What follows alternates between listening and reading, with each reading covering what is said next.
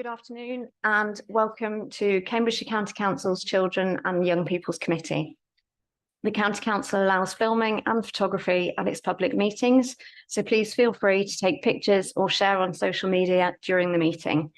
However, can everyone present please turn their phones and laptops to silent or vibrate whilst the meeting is taking place. We have no fire alarm test scheduled for today, so if the alarm sounds, I will adjourn the meeting and we will leave the room by the side doors and use the external fire exit in the assembly point in the car park.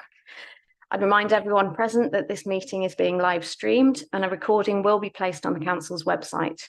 This meeting will be adjourned every 2 hours for a short comfort break. We have one change to the running order of today's meeting. The officer due to present on item 5, the Finance Monitoring Report for October 2023, is unfortunately unable to join us today. So the report will be presented by the Head of Finance, and to facilitate this, we will be taking this report after item 9, which is the review of the methodology for estimated demand for education provision arising from new housing developments, obviously. Thank you. Rishenda, item 1, apologies for absence and declarations of interest, please. Thank you, Chair. Apologies for absence have been received from Councillor Jonas King, Councillor Maguire and Dr Andy Stone, who represents the Roman Catholic Diocese of East Anglia. Councillor Prentice also sends apologies that he will be arriving a little late. Thank you. Does any member wish to declare any disclosable pecuniary interest or non-statutory disclosable interest this afternoon? Councillor Daunton. For the item on small school strategy, I'm a governor of a small school. No one else? Thank you. Oh, sorry. Similarly to Councillor Daunton, I'm a governor of a small school. Thank you.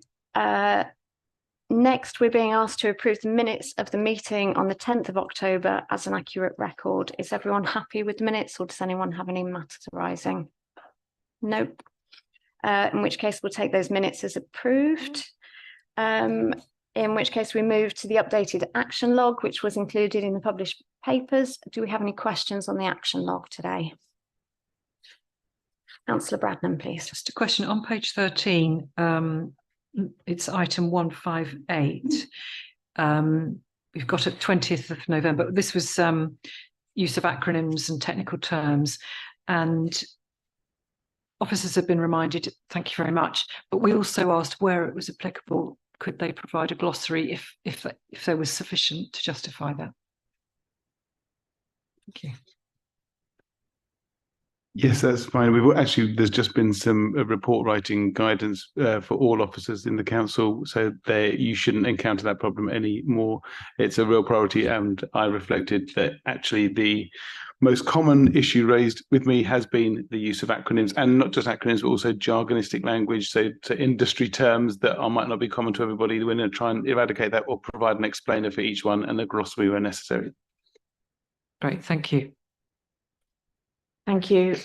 With that, are we happy to take the action log as noted? Seeing nods. Excellent. Item 3. Item 3 is petitions and public questions. We have received 2 questions this month, which both relate to the next item on the agenda. So we will hear them then. We have no petitions. Yeah. Item 4, so we'll take the questions under this item. Item 4 is a report on the work of the Regional Director for the Department for Education. We're pleased to welcome the Regional Director, Jonathan Duff, to this meeting to share with us an update on his responsibilities and his work with schools in Cambridgeshire. I'll ask the Director of Education to introduce his report first, then we'll hear from our public speakers, and then we'll open the debate with the Regional Director. So if you can start for us, John, thanks. Thank you, Chair. Obviously, really pleased to welcome Jonathan to the meeting today. I've included with the report a context for the role of the Regional Director. For some history lessons, the Regional School Commissioner's Office was established in 2014. That was there to support the development of the academy movement with the school system going forward.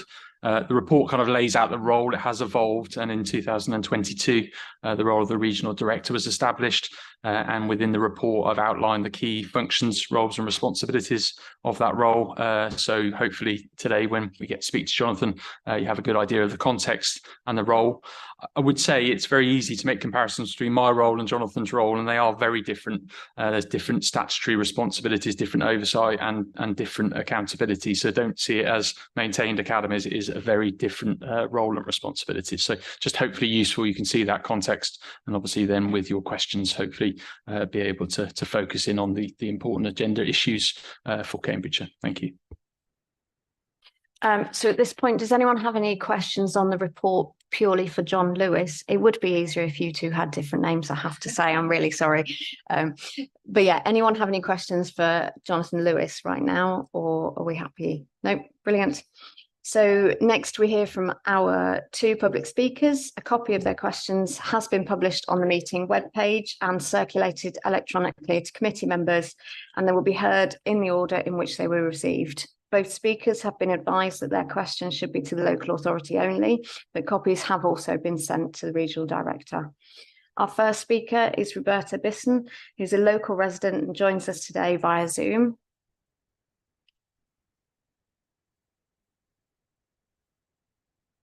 Slight pause while we wait for the Zoom.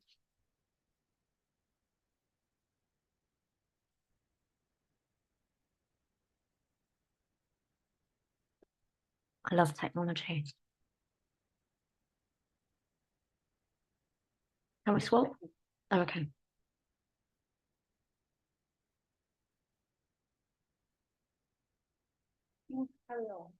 Swap order.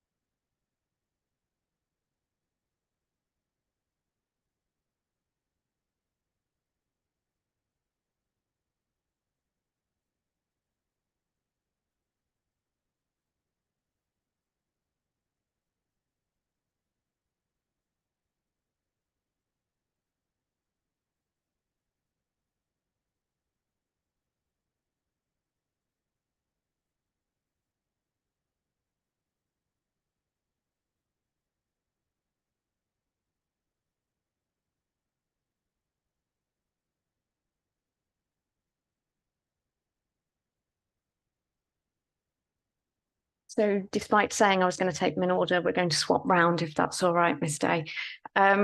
So Liz Day is joining us in person. You will have 3 minutes to present your question when you're ready. And hopefully it's been explained. We have the traffic light system, which will turn amber after 2.5 minutes. So you have time to conclude your question and red at 3 minutes. Thank you for coming to see us today. Thanks, Liz. Is it working? Yeah. So I'm just going to read what everybody's been provided in their pack. I've taken a look at what the regional director does from the information provided in agenda item 4, that which is available from other sources. I've attempted to understand the value of the director within Cambridgeshire, particularly as one of the 11 local authorities. I'm somewhat perplexed regarding reasonable use of public government funding when it comes to the function and scope of the director's responsibilities. There are clearly laws that set out responsibilities and rights when considering education, health and social care, with focus on safeguarding. It is noted that there is some conflict between the local authority. There is some conflict between local authority areas and the regional director's office and advisory board, particularly challenges noted in 2.9 relating to the complaints, safeguarding and outcomes. Outcomes are important given service users appear to be absent from any part of the regional director's operation and are noted in 2.1 as area-based programmes to improve outcomes for children, families and learners. The main function appears to be found with academy trusts and free schools, although at 2.3 it notes a list of main responsibilities. It is of particular interest to me on matters involved with special educational needs and disability in education, health and social care. I'm a peer supporter and aspire to find amicable solutions that takes a person-centred approach working towards suitable outcomes. I'm aware there are schools within Cambridgeshire that are failing children and young people with SEND, yet an Ofsted inspection report reads like a best-selling fiction. There appears absolutely nothing that officers and counsellors can do to address this matter. Worse, because there is a fiction produced that supports the way things are done for SEND, it hides the reality and therefore are complicit with the problem, causing detriment and harm to the children and young people, clearly paving the way for ongoing evidence collection for potential tortious legal activity to address. The legal director's role appears to be a glorified higher level middle management function. Feel a bit uncomfortable saying that sitting next to you. On behalf of the Secretary of State for Education at a time with purported financial pressures.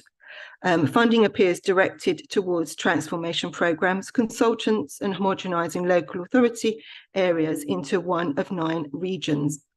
That would suggest the function of the local authority is or has been taken over by a government restructure that has not been proposed to the public. My question is, how are the local authority working with the regional director in reality when looking at place planning for all children and young people, including those with special educational needs within Cambridgeshire, particularly in the knowledge that there are significant building programmes in play and planned along with significant biotech being funded?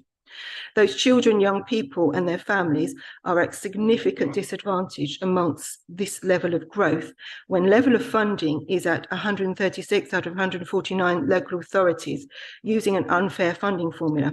Sorry, Miss Day, we're out of time. We do have the full transcript of your Fair question. enough. I just couldn't read it fast enough. No, no, I get that. It's tricky.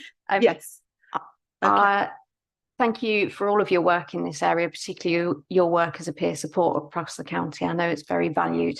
First of all, does anyone in the committee have any questions of clarification for Ms Day? Councillor Bradnam, please. Thank you. Thank you very much, Ms Day. I just wanted to understand, is the thrust of your question, you're asking what value does this role of regional director offer to our children with SEND, plus a lot of other things, but is that the main thrust of what you were asking?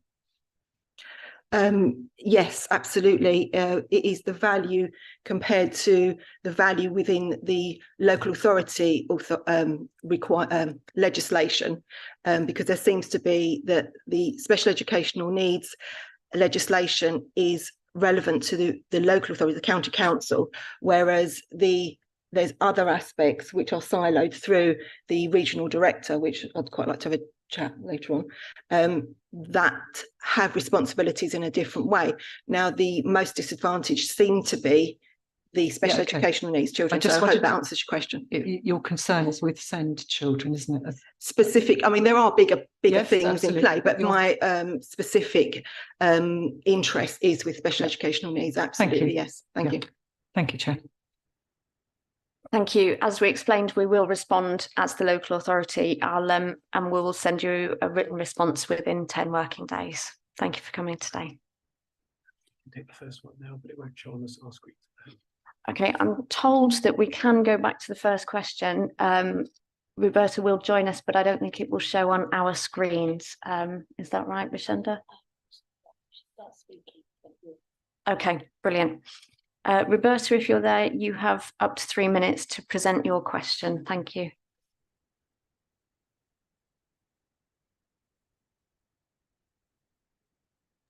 Me? Are you able to hear me? You able to hear me?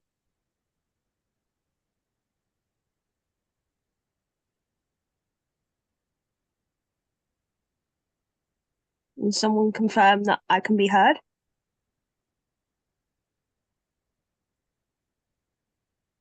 Thank you. If you can read the question for us, Rashenda.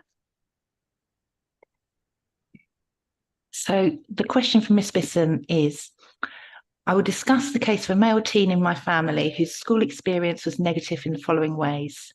No proper reviews of his SEND support were done until year 9, and even then nothing effective was put in place. He generally felt overwhelmed and stupid for his whole time there. He masked out of fear, and so most teachers didn't recognise any struggles. The challenging behaviour displayed at home was blamed on his family. The few teachers...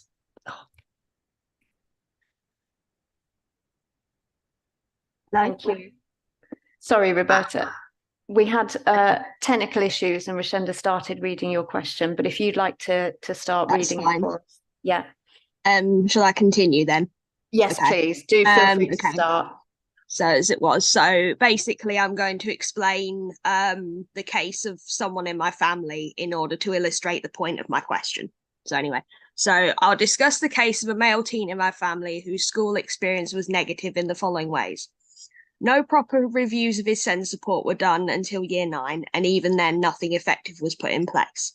He generally felt overwhelmed and stupid for his whole time there. He masked out of fear, and so most teachers didn't recognise any struggles. The challenging behaviour displayed at home was blamed on his family, and the few teachers who did notice some struggles didn't go to the SENCO, and the effectiveness of the SENCO was hampered by the SLT and trust management. When he stopped attending partway through year 9 at his mainstream academy school, they were keen to tackle it.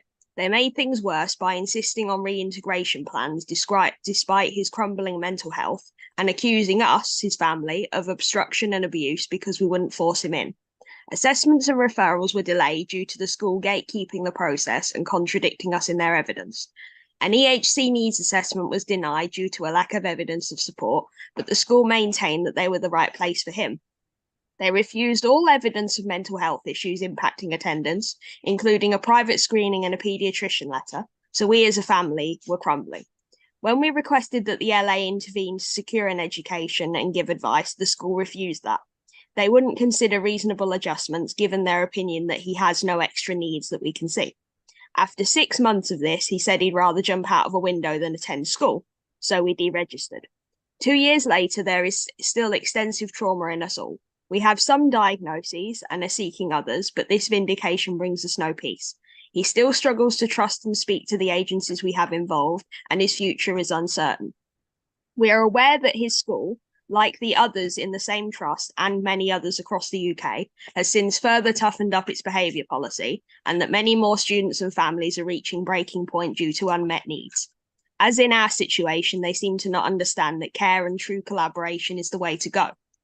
I think that similar stories to mine and ours could be prevented in Cambridgeshire if the local authority, with support from the regional director where necessary in order to do things like accountability, work together with academies to direct them to do the following 5 things. Number 1, follow the SEND code of practice by working collaboratively with families and agencies to secure the best outcome for a student's well-being.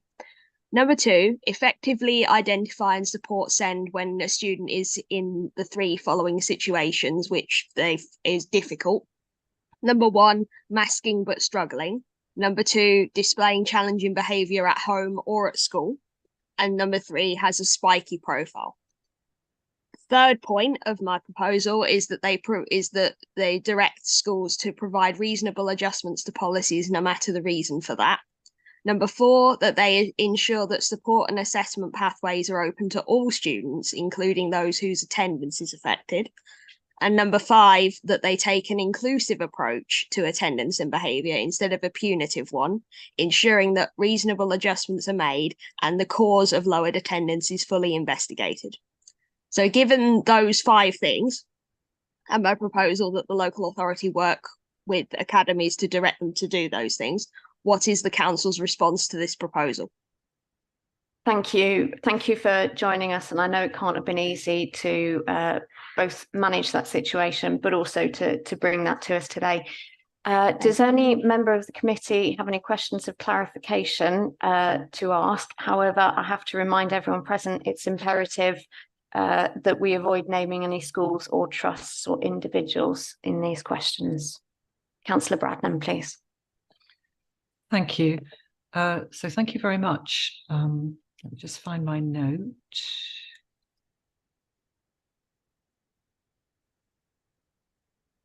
Thank you very much, Roberta.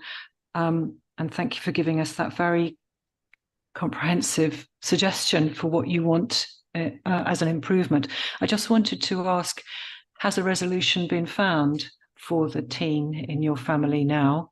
And has it been with the county council or somewhere else? So, I mean, to a certain extent, the deregistering helped.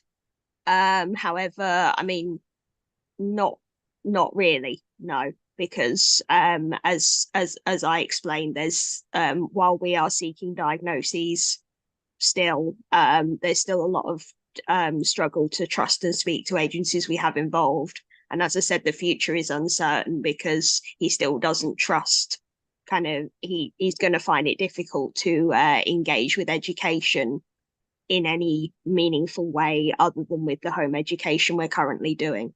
So obviously we're hoping he will do more in future, and we're perhaps going to need to get an EHC needs assessment done if he were to re-engage with education properly, other than with home education.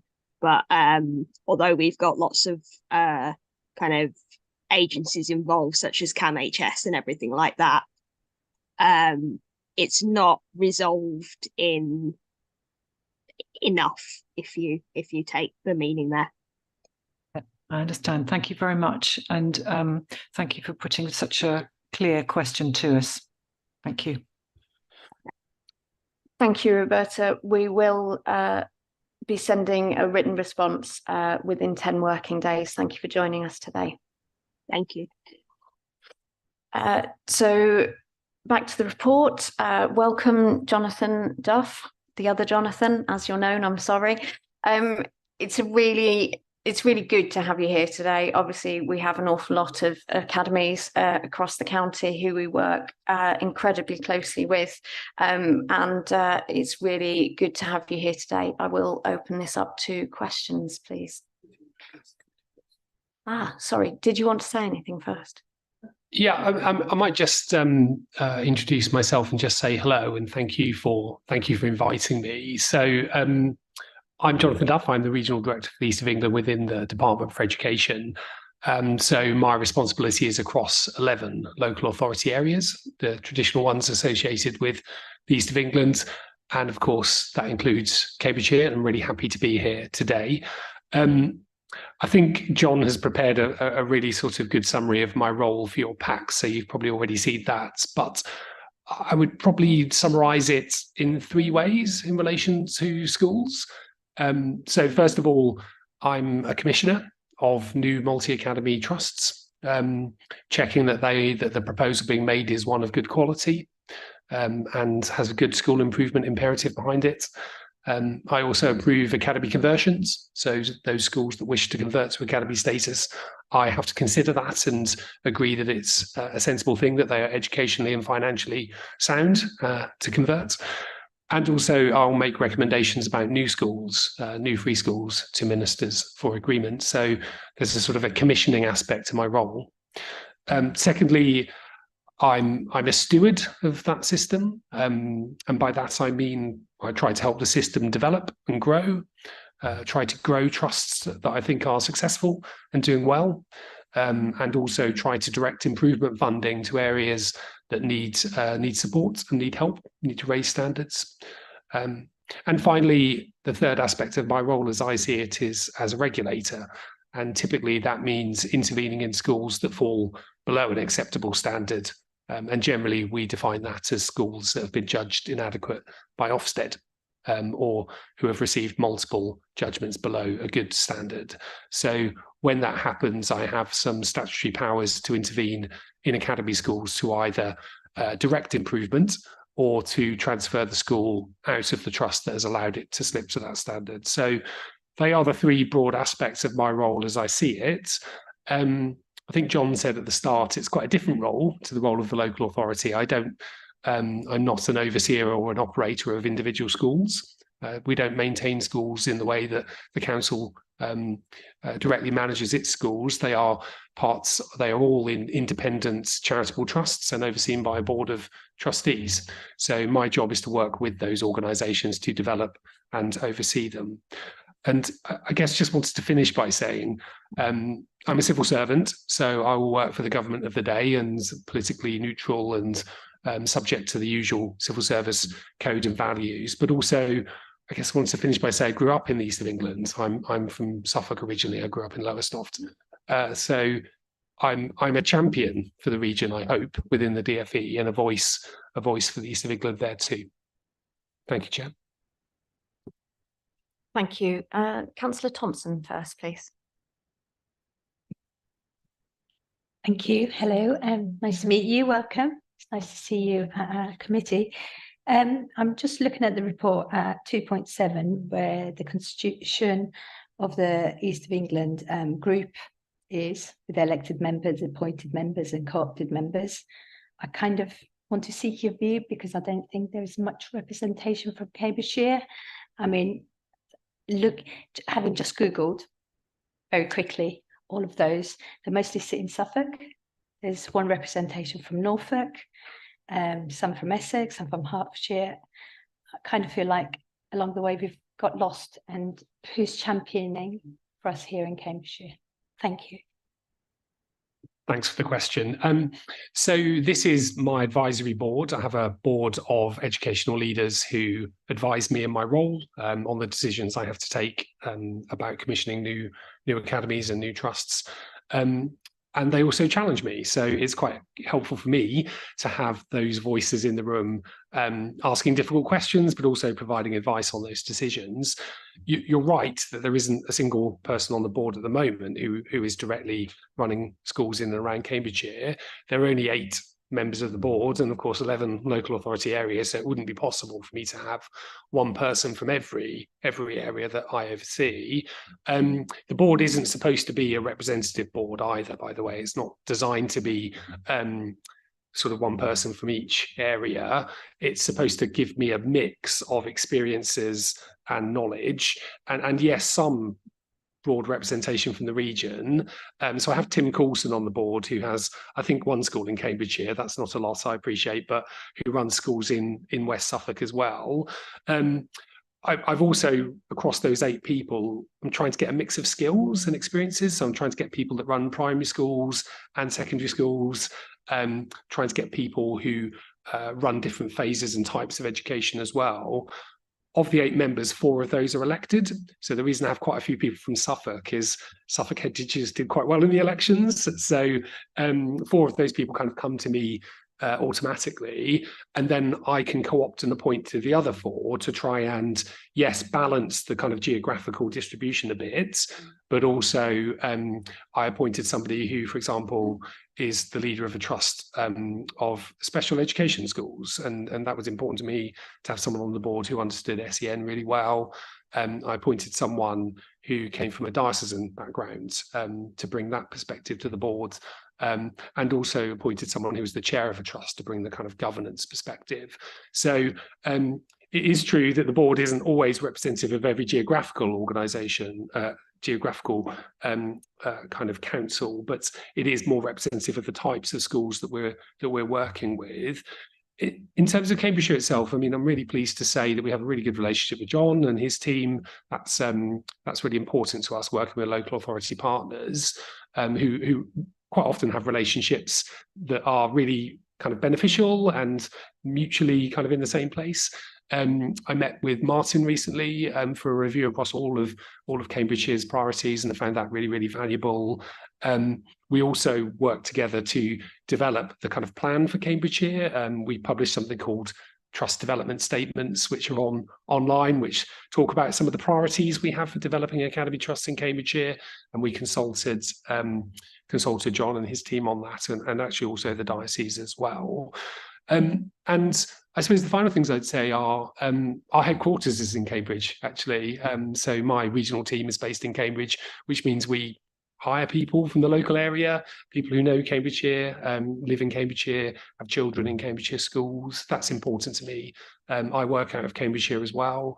And I try and go out and about and visit Cambridgeshire schools. So I was in Littleport a couple of weeks ago, visiting Vista Academy there and Highfield as well. So I do try and be visible and make sure I understand the context that schools are operating in as well. So I hope that gives you some insight into the way that we try and work with and think about Cambridgeshire in our role.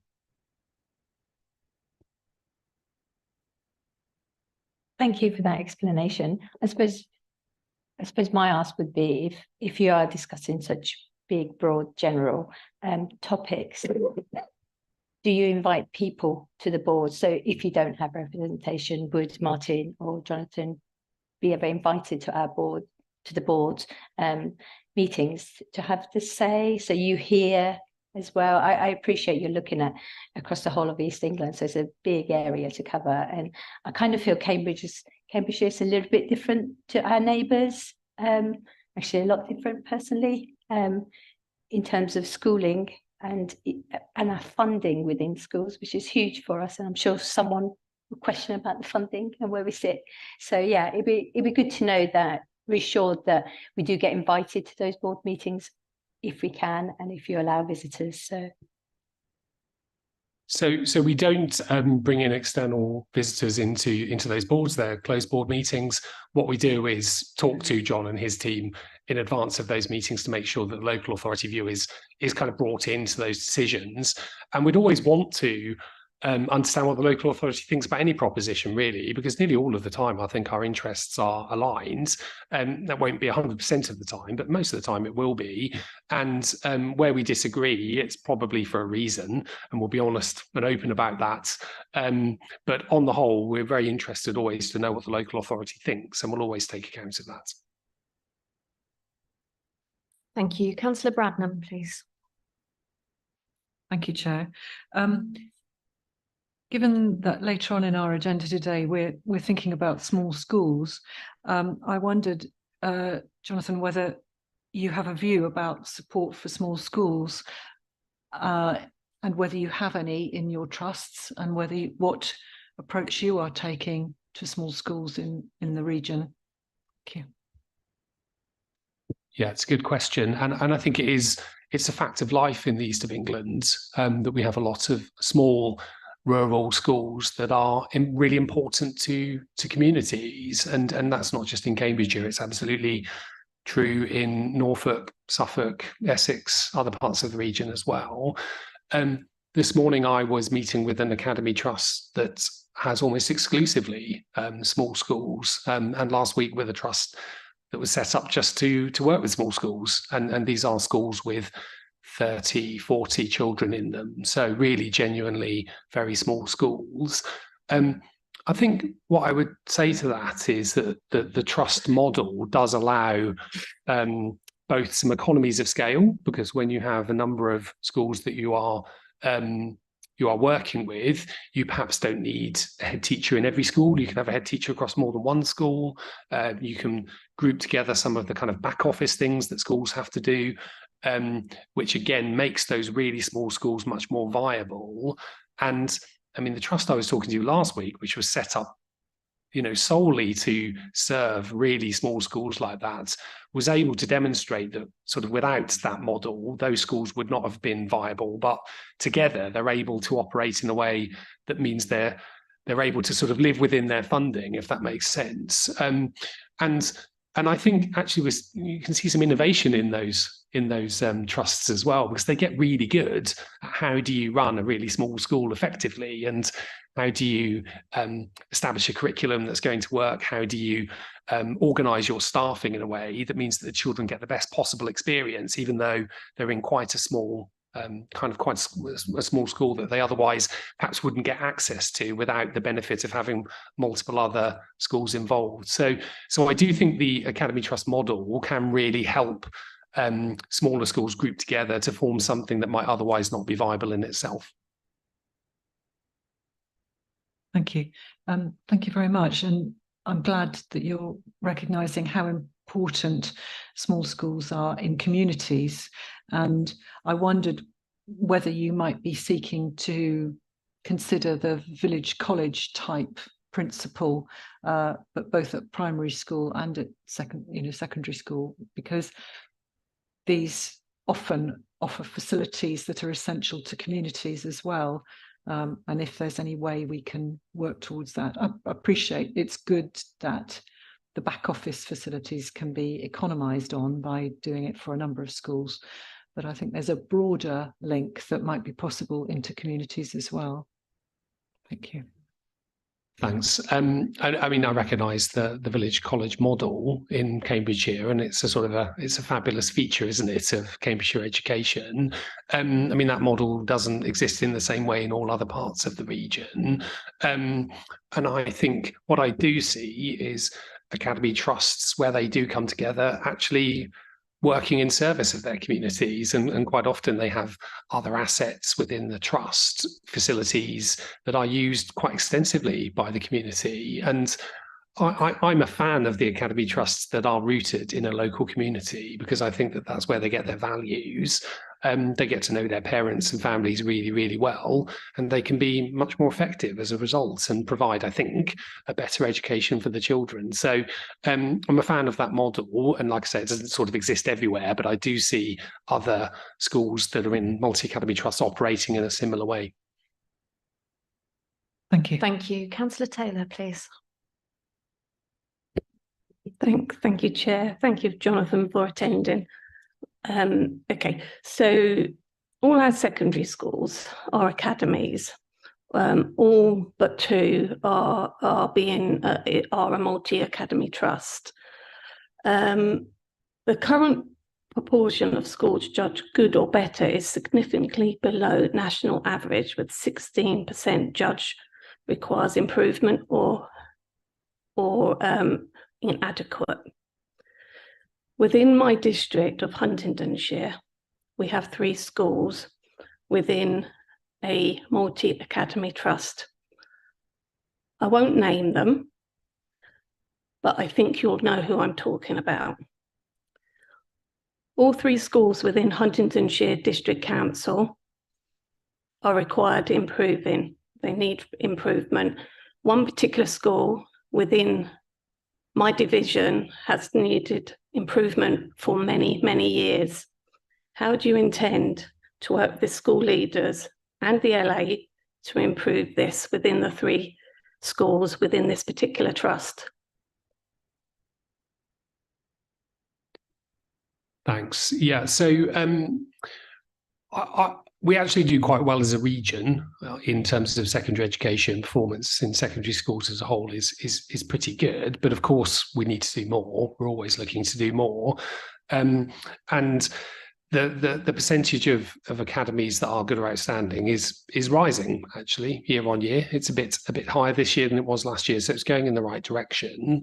I'm always challenging academy schools to make sure academy trusts to make sure their schools are good. That's their first job, as far as I'm concerned. Make sure all the schools you're responsible for are at a very good standard. I hold annual reviews or strategic conversations, we sometimes call them, with academy trusts where the education isn't yet at that good standard. And I will sit down for 2 hours with the chief executive and the chair of the board of trustees, and we will go through together the performance of their schools. We will talk about their school improvement model and whether it's effective, and we will talk about governance and whether it is strong and has the characteristics of best practice as we see them, how they are being externally challenged and verified, and we look at their finances and talk about their future as well. So that's quite a kind of comprehensive review, which is, as I see it, part of the kind of my role in accountability and stewardship of the system. Where they are academy trusts that are perhaps not in the region or perhaps across a couple of regions, I work really closely with my colleagues in other parts of the country. And if it's an academy trust that perhaps has academies in more than one area, we do those reviews jointly to make sure that the interests of the East of England or interests of another part of the country are properly represented and discussed. I have access to some small amounts of money to kind of promote school improvement. So there's a trusted school improvement offer. That's a universal offer. So it's for local authority schools as well. So that's for any school that falls below good. It allows me to fund some time of a national leader of education to go and work with the school and try and help them plan their improvement. I also have access to some growth funding for trusts that I think are doing well and could perhaps do more, have the potential to work with more schools.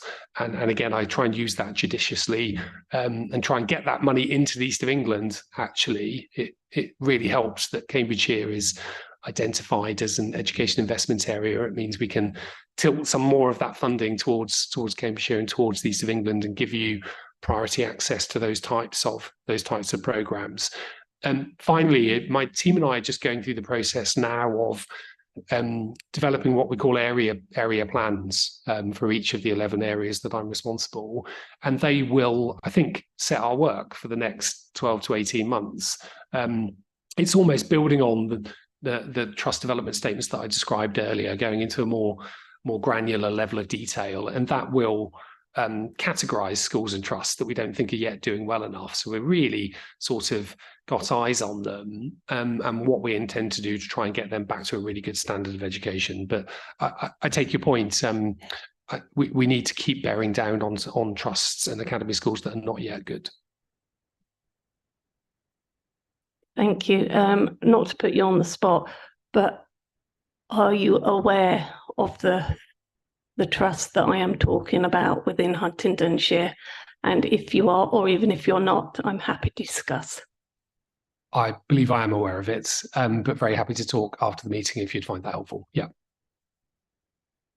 Thank you. Councillor Bulak, next, please. Thank you, Chair, and thank you, Jonathan, for taking the time to come here to answer our many difficult questions today. So I think we all know here that funding for education in Cambridgeshire and across the country really is under significant pressure. At the same time, I think what is perhaps a little bit different in Cambridgeshire is the growth rate and the fact that we're the fastest growing county, and the funding really doesn't catch up with the level of population growth, especially in the last 10 years, as shown by the census in 2021.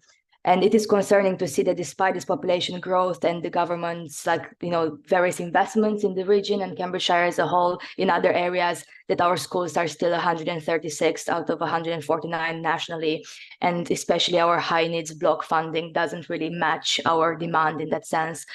So of course, based on the report today, I understand your role includes reflecting on the local needs and how those local needs, including the population growth we have seen recently, actually can inform effectively the policy development and championing the region and its specific needs. So my question in this, I guess, difficult funding context is how effectively do you think you have so far been able to champion those challenges, including the fast rate of population growth in Cambridgeshire with ministers? And what are your next steps in actually advocating for a fairer funding for our region in Cambridgeshire and beyond as well? Thank you. Thank you for the question. So my role doesn't actually cover funding. It doesn't extend to determining or lobbying for additional funding for the region. I think, like you, I'm almost a customer of the national funding formula because I'm working with the same schools you are, really, and would love them to be better funded if that was at all possible. So as a civil servant, it's not for me to kind of lobby ministers for additional funding. I would always advocate the position of the East of England, and I would always seek to do anything that I thought would further the interests of the East of England and certainly the schools in the East of England. What I have tried to do, I mentioned a moment ago that Cambridgeshire is an education investment area. So that's one of, I think, 51 nationally. It's about a third of local authority areas. In the East of England, 7 of the 11 local authority areas have this designation. That's allowed me to tilt more of that trust development funding into the East of England. So to give you an example, in the last wave, the East of England got about £1 million worth of development funding to support its schools trust to grow and develop. London, by contrast, got 0. quite rightly, in my view. So it does have a sort of an impact. And secondly, we have in Fenland and East Cambridgeshire what's called a priority area. So that's a sort of a priority on top of that education investment, and that attracts £1 million of additional funding to go on specific education improvement objectives that we think are of particular need in that part of the county. So that's something. There's only 20 of those nationally and only 3 of them in the region, alongside Fenland and East Cambridgeshire. We have Norwich and Ipswich get that extra funding. So while I know that's not quite what your question is getting at, it's getting at the funding formula for schools. I absolutely understand that, but will do everything I can to bring money into the region where that's possible.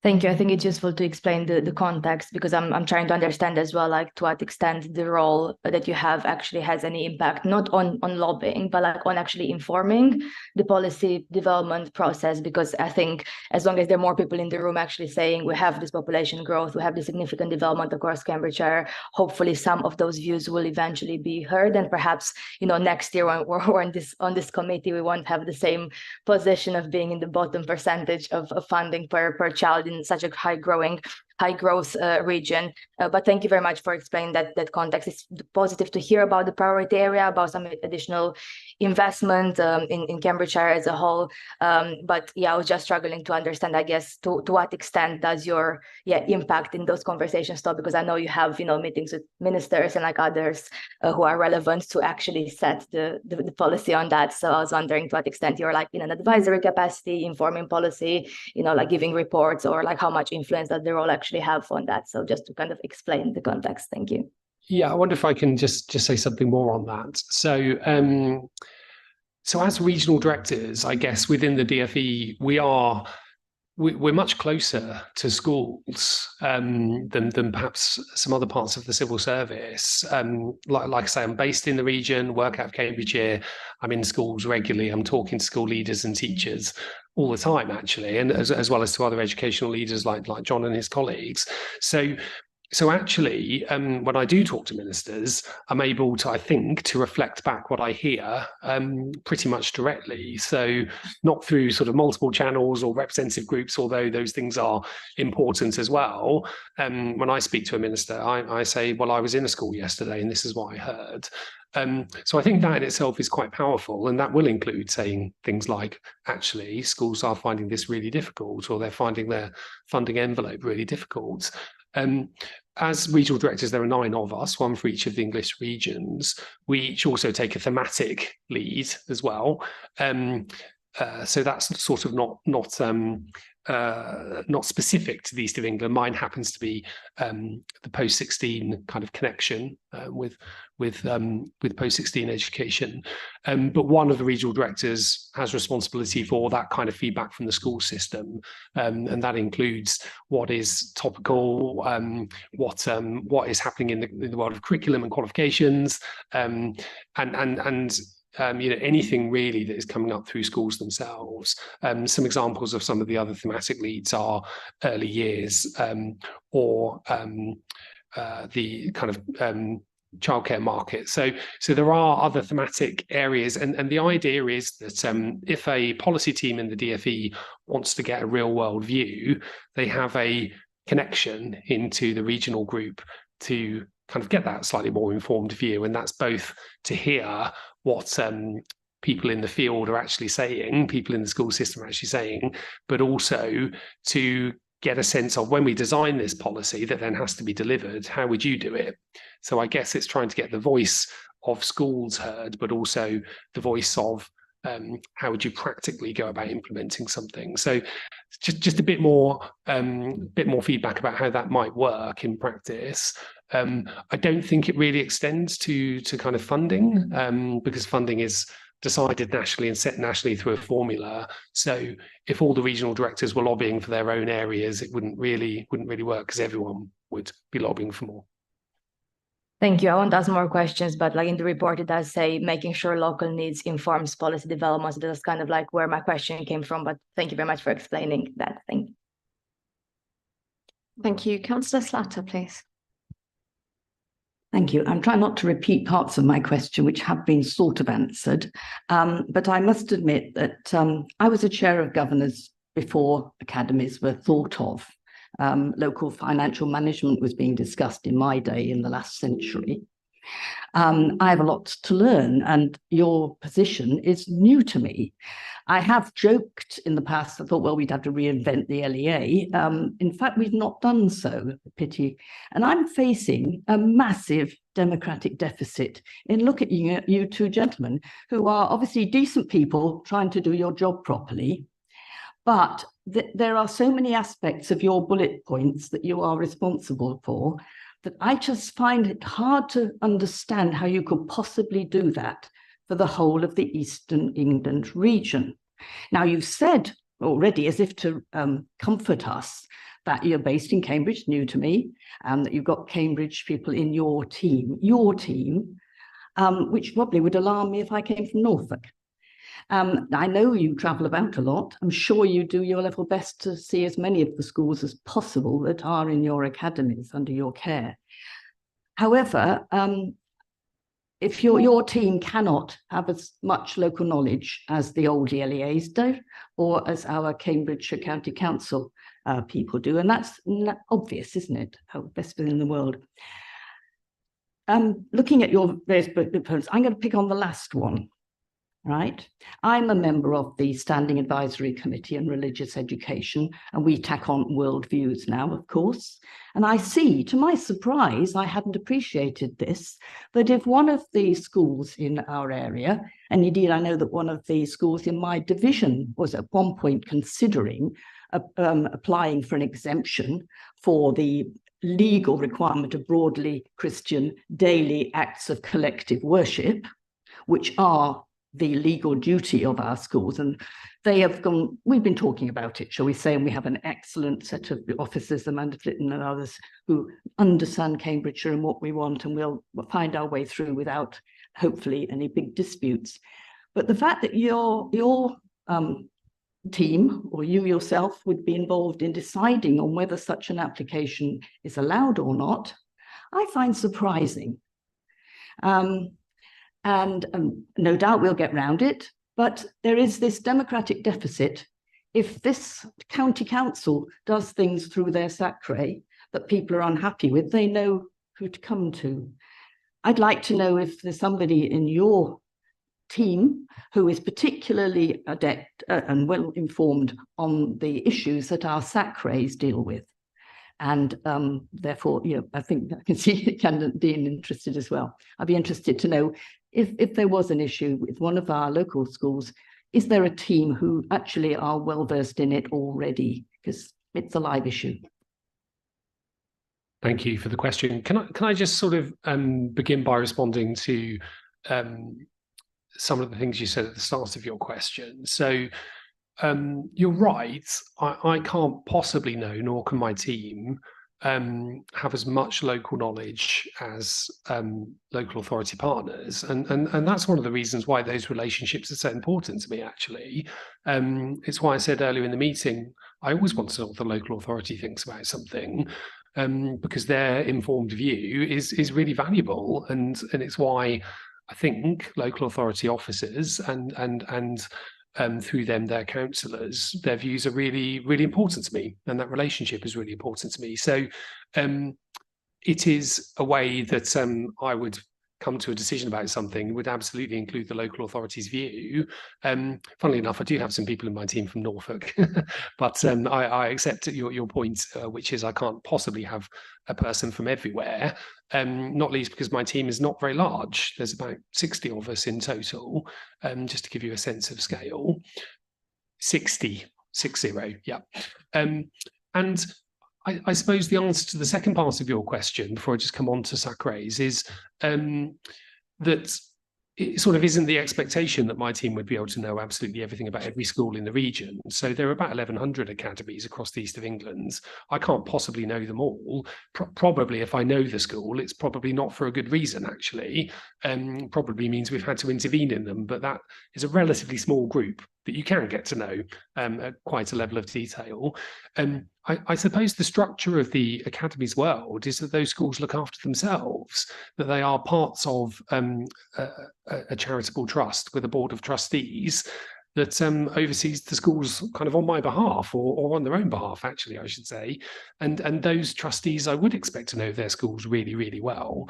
And just to give you a sense of scale, the average size of a academy trust in the East of England is currently 7.3 schools. So broadly, these are trusts of between 5 and 10 schools. There aren't many that are very, very big. So they are able to get to know their schools really, really well, and that's what I would expect. On your point about collective worship, I think I've been in this role 18 months.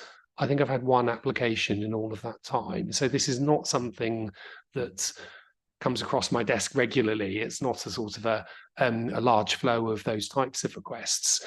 It was quite a while ago, so I can't remember all of the details of it, but with a decision like that, I would be asking similar questions to any decision, which is, has this been agreed locally? Has it been consulted upon? Does it have local and parental support? And really, my role is about checking that people have been through a sensible process of the type you would imagine. I wouldn't approve something if I didn't think it had been through that process. Thank you. Councillor Daunton, next, please. I'm looking at the list of responsibilities, and together, promoting financial health in the Academies Trust and Preschool sector. And then the next point, which to me seems slightly contradictory, leading on ensuring strong governance, but this does not include financial governance issues. So can you just explain, presumably there's no dichotomy between the two, but just explain them a little, please. Sure. So one of the ways in which I think I'm promoting financial health is, first of all, I alluded to this at the start of my remarks. We don't let schools that are not financially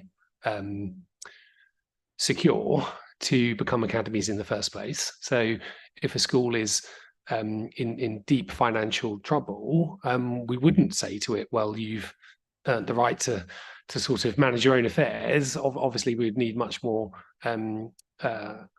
intervention in that school before it was in a position where it was able to go into an independent trust. So there's a certain sort of preventative measure there. Secondly, there are some schools that, notwithstanding poor finances, will fail. They will become inadequate, and then there's a statutory duty for them to be sponsored as an academy. At that point, quite a lot of financial intervention will happen, actually not done by my team, done by the Education and Skills Funding Agency. So we work very closely with that agency, which is part of the DFE, to, where necessary, completely restructure the finances of a school. And that can mean short-term financial assistance, or sometimes that's recoverable over a period of time afterwards. But essentially ensuring the school is able to continue in future to be viable. And I think that's the distinction about financial regulation that is done by the Education and Skills Funding Agency, not by my team. So they're the ones that sort of essentially receive accounts and check the kind of forward projections of a school's finances. Thirdly, there is a really, I think, quite valuable programme of support for schools on financial matters called the School Resource Management Programme.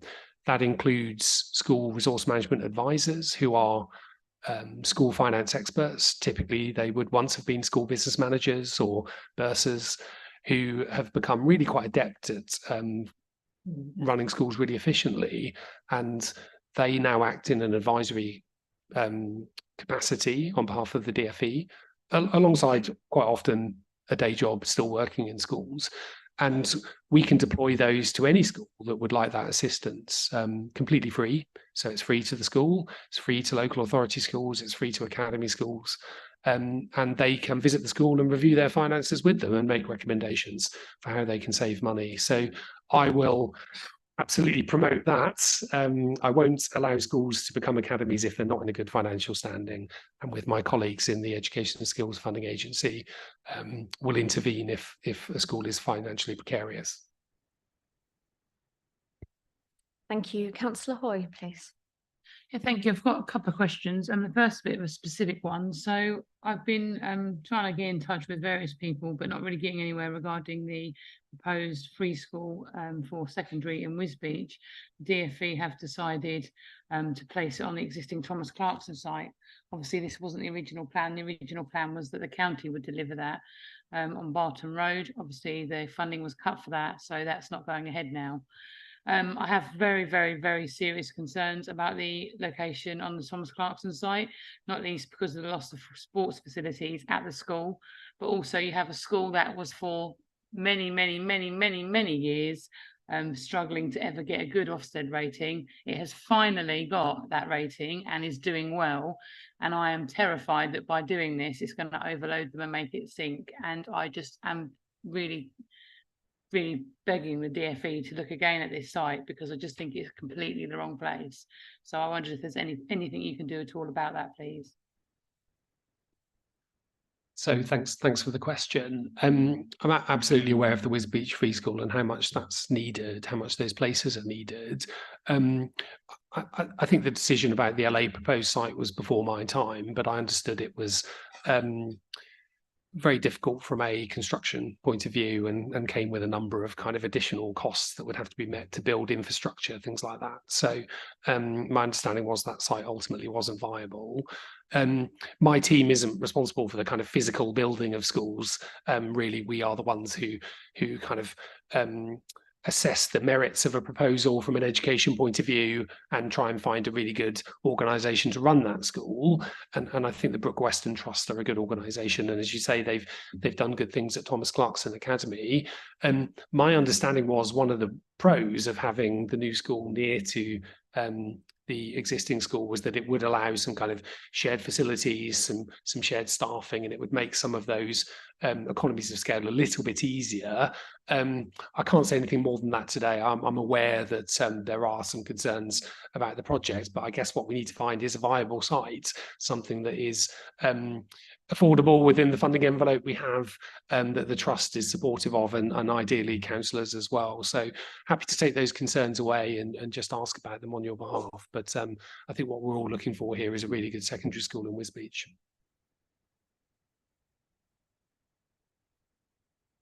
My second point was just on a more general point about Fenland, because I've been now involved in this council for 13 years, and every time we have any meetings, it's always education, schools requiring improvement, and very little seems to change. We've had opportunity areas, very little change seemed to happen.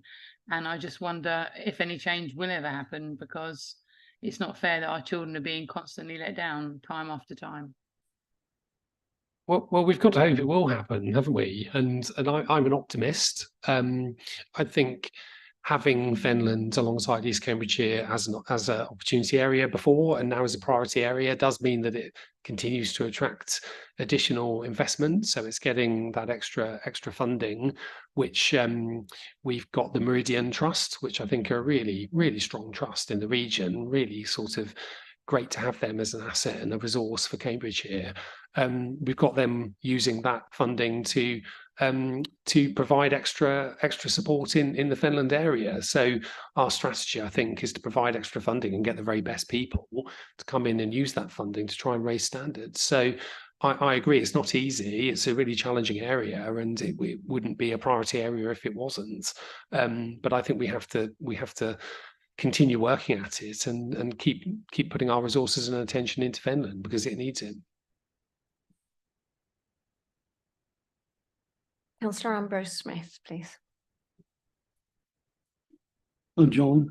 I'd like to thank you, a real big thank you, from the residents of Littleport.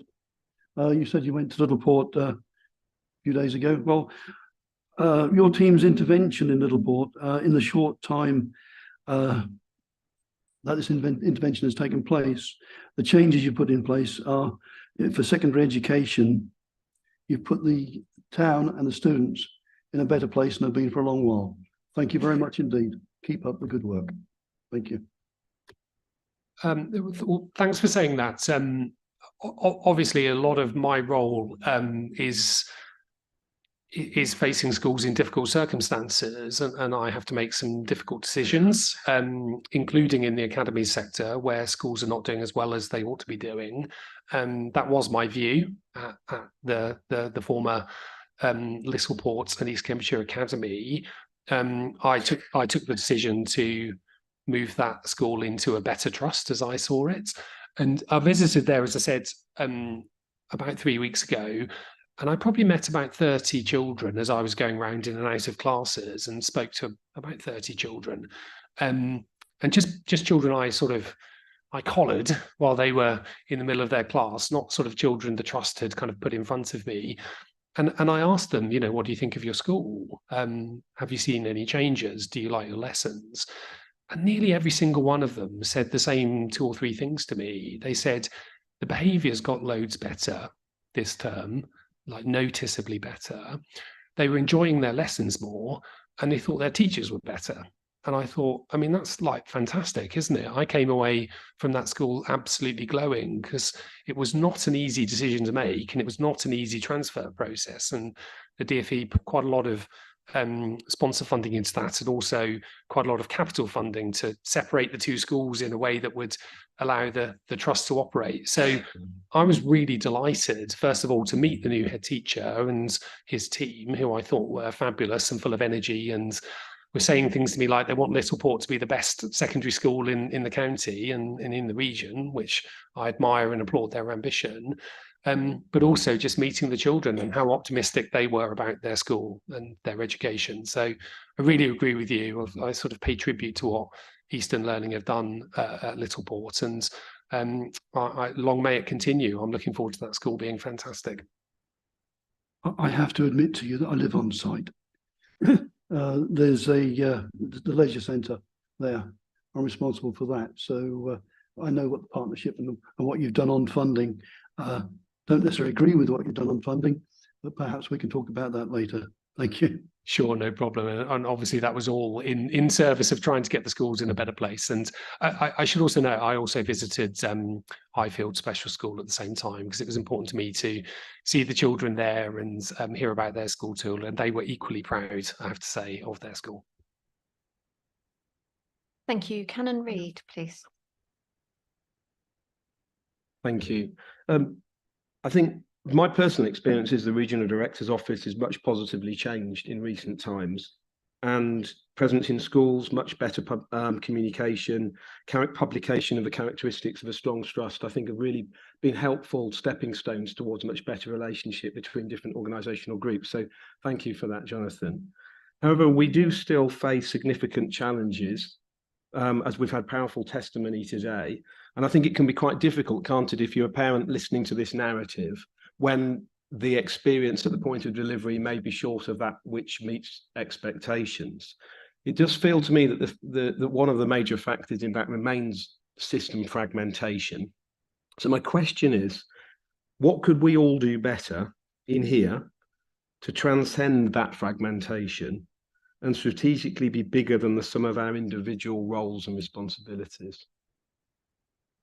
Thank you. Really, really good question, and a really good theme, I think, to talk about. But funnily enough, in the review meeting I was at this morning with an academy trust, we were talking about this, and I asked them what they thought. It was also actually a diocesan trust I was speaking to, and we were talking about the fact that in a smallish town in their county, there were 3 academy trusts operating, running 3 different schools. And I said to them, what would you do if you could start again? Would you change that? And actually, having thought about it, they said no, partly because one of the 3 schools is a Church of England school, and then it wouldn't be right for that Church of England school to be operated by anything other than a faith-led trust. And you know, I support that view. But also because they said to me, they reflected back to me that the most important thing was actually professional cooperation and professional maturity.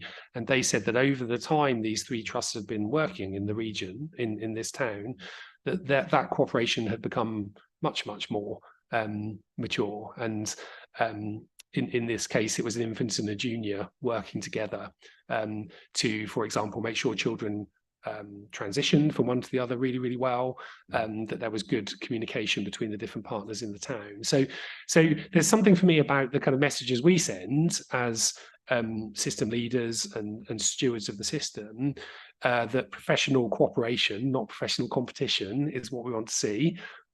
Absolutely choice and a bit of contestability and some friendly rivalry, don't have any problem with that, but not at the expense of other children's education. So I would absolutely support messages about cooperation and professional courtesy and respect.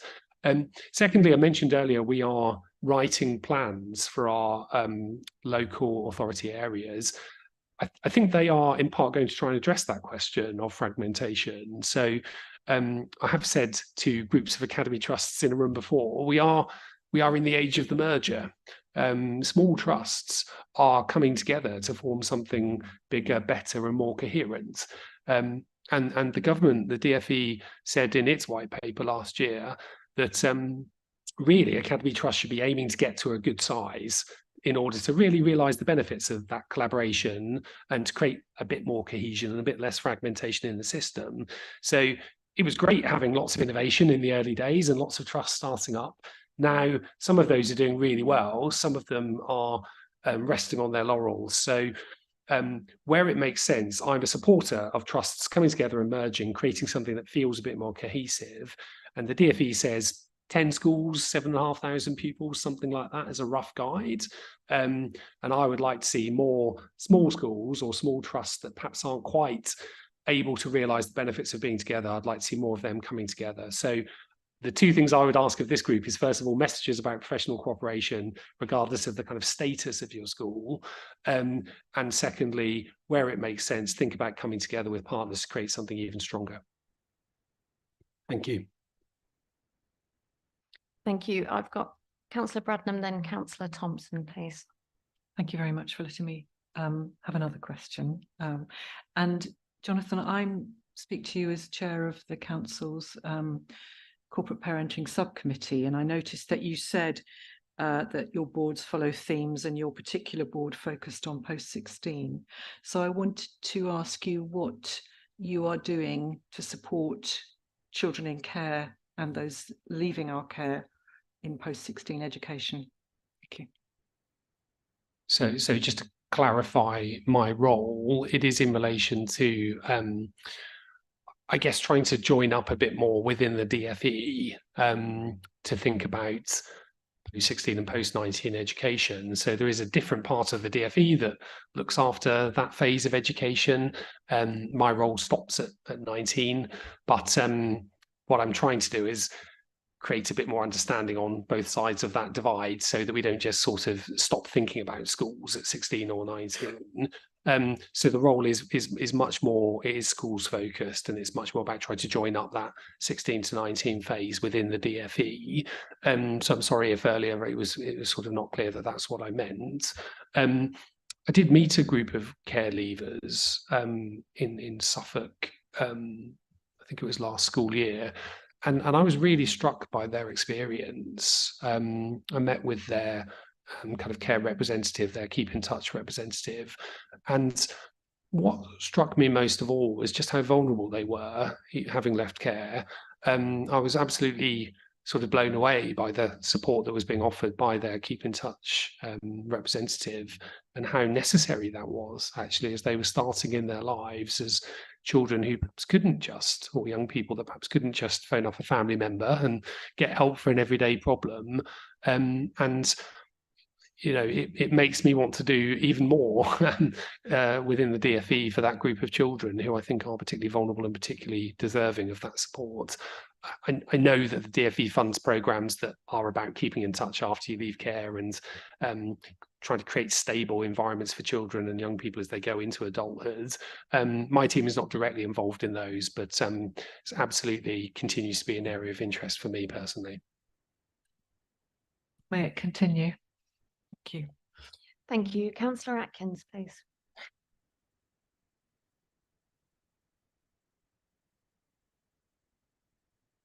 Hello, sorry, I just realised that we've had an hour of your time here. I'm sure you appreciate how valuable this is for us. So I'm kind of asking and reaching out and saying, can we have more of this? How do we have more of this? I don't quite know how it would work, but we also value this, I think, and I pretty much say that for all of us, I hope. Yeah, and how can we move forward with something? Because we've had to write a report that, well, the team have had to write a report for you to be here today. How do we get access to you other ways? I'm not sure how that would work. Sure, no, it's a good question. So I'll reiterate what I said at the beginning, and also I hope what I've tried to demonstrate as we've gone through the questions. The local authority relationship is really important to me, and we are fortunate to have a really good professional relationship with John and with Martin, but it is important to me that the local authority has input and has a voice in the decisions that we take. We won't always agree. Adults are allowed to disagree, aren't they? But we'll always explain ourselves to one another, I hope, and try and approach things in a kind of a mature and transparent way. I think the primary way of keeping going is probably through John and his team, through officers, and we'll keep going with that professional relationship. I'm very happy to come back and talk to this committee again at some point if that's helpful. I'm conscious, obviously, I've got 11 councils in my area, so I have to slightly manage expectations, because otherwise I'd be spending all my time in council chambers and not sort of in schools. So I have to balance that a little bit, but there's definitely willing there. And if outside of these sessions you just want to sort of get in touch, John and team know how to do that. But also, if you've got a specific issue you particularly want to take up with us, perhaps do that through John, and we can try and be responsive, if that's okay. But yeah, thanks for your time as well. Thank you. I think we're getting into the home straight now. You'll be pleased to hear. And I've got just two questions, if I may. Firstly, I'm delighted to hear that you're a champion of the region. I wonder, what can your office do to support challenges around the safety valve deals signed both by this authority, and I imagine there may be others in the region as well? So yes, there are 2 safety valve arrangements in the region, one of which is Cambridgeshire. So my team isn't responsible for that deal. We're not the sort of overseers of it. I think the way we support it is in working with you to do 2 things. First of all, to open some new special free schools. So as part of the safety valve arrangement, we're opening 2 new special schools in Cambridgeshire, which I think is a really great thing. So working with colleagues here, we will, I hope, identify 2 really brilliant trusts to open fantastic special schools in Cambridgeshire that will be new places that I know greatly needed in the county. Secondly, we are working with your officers on how else we can develop more special places in existing schools in the region by looking more broadly at where we might develop resource spaces in existing schools.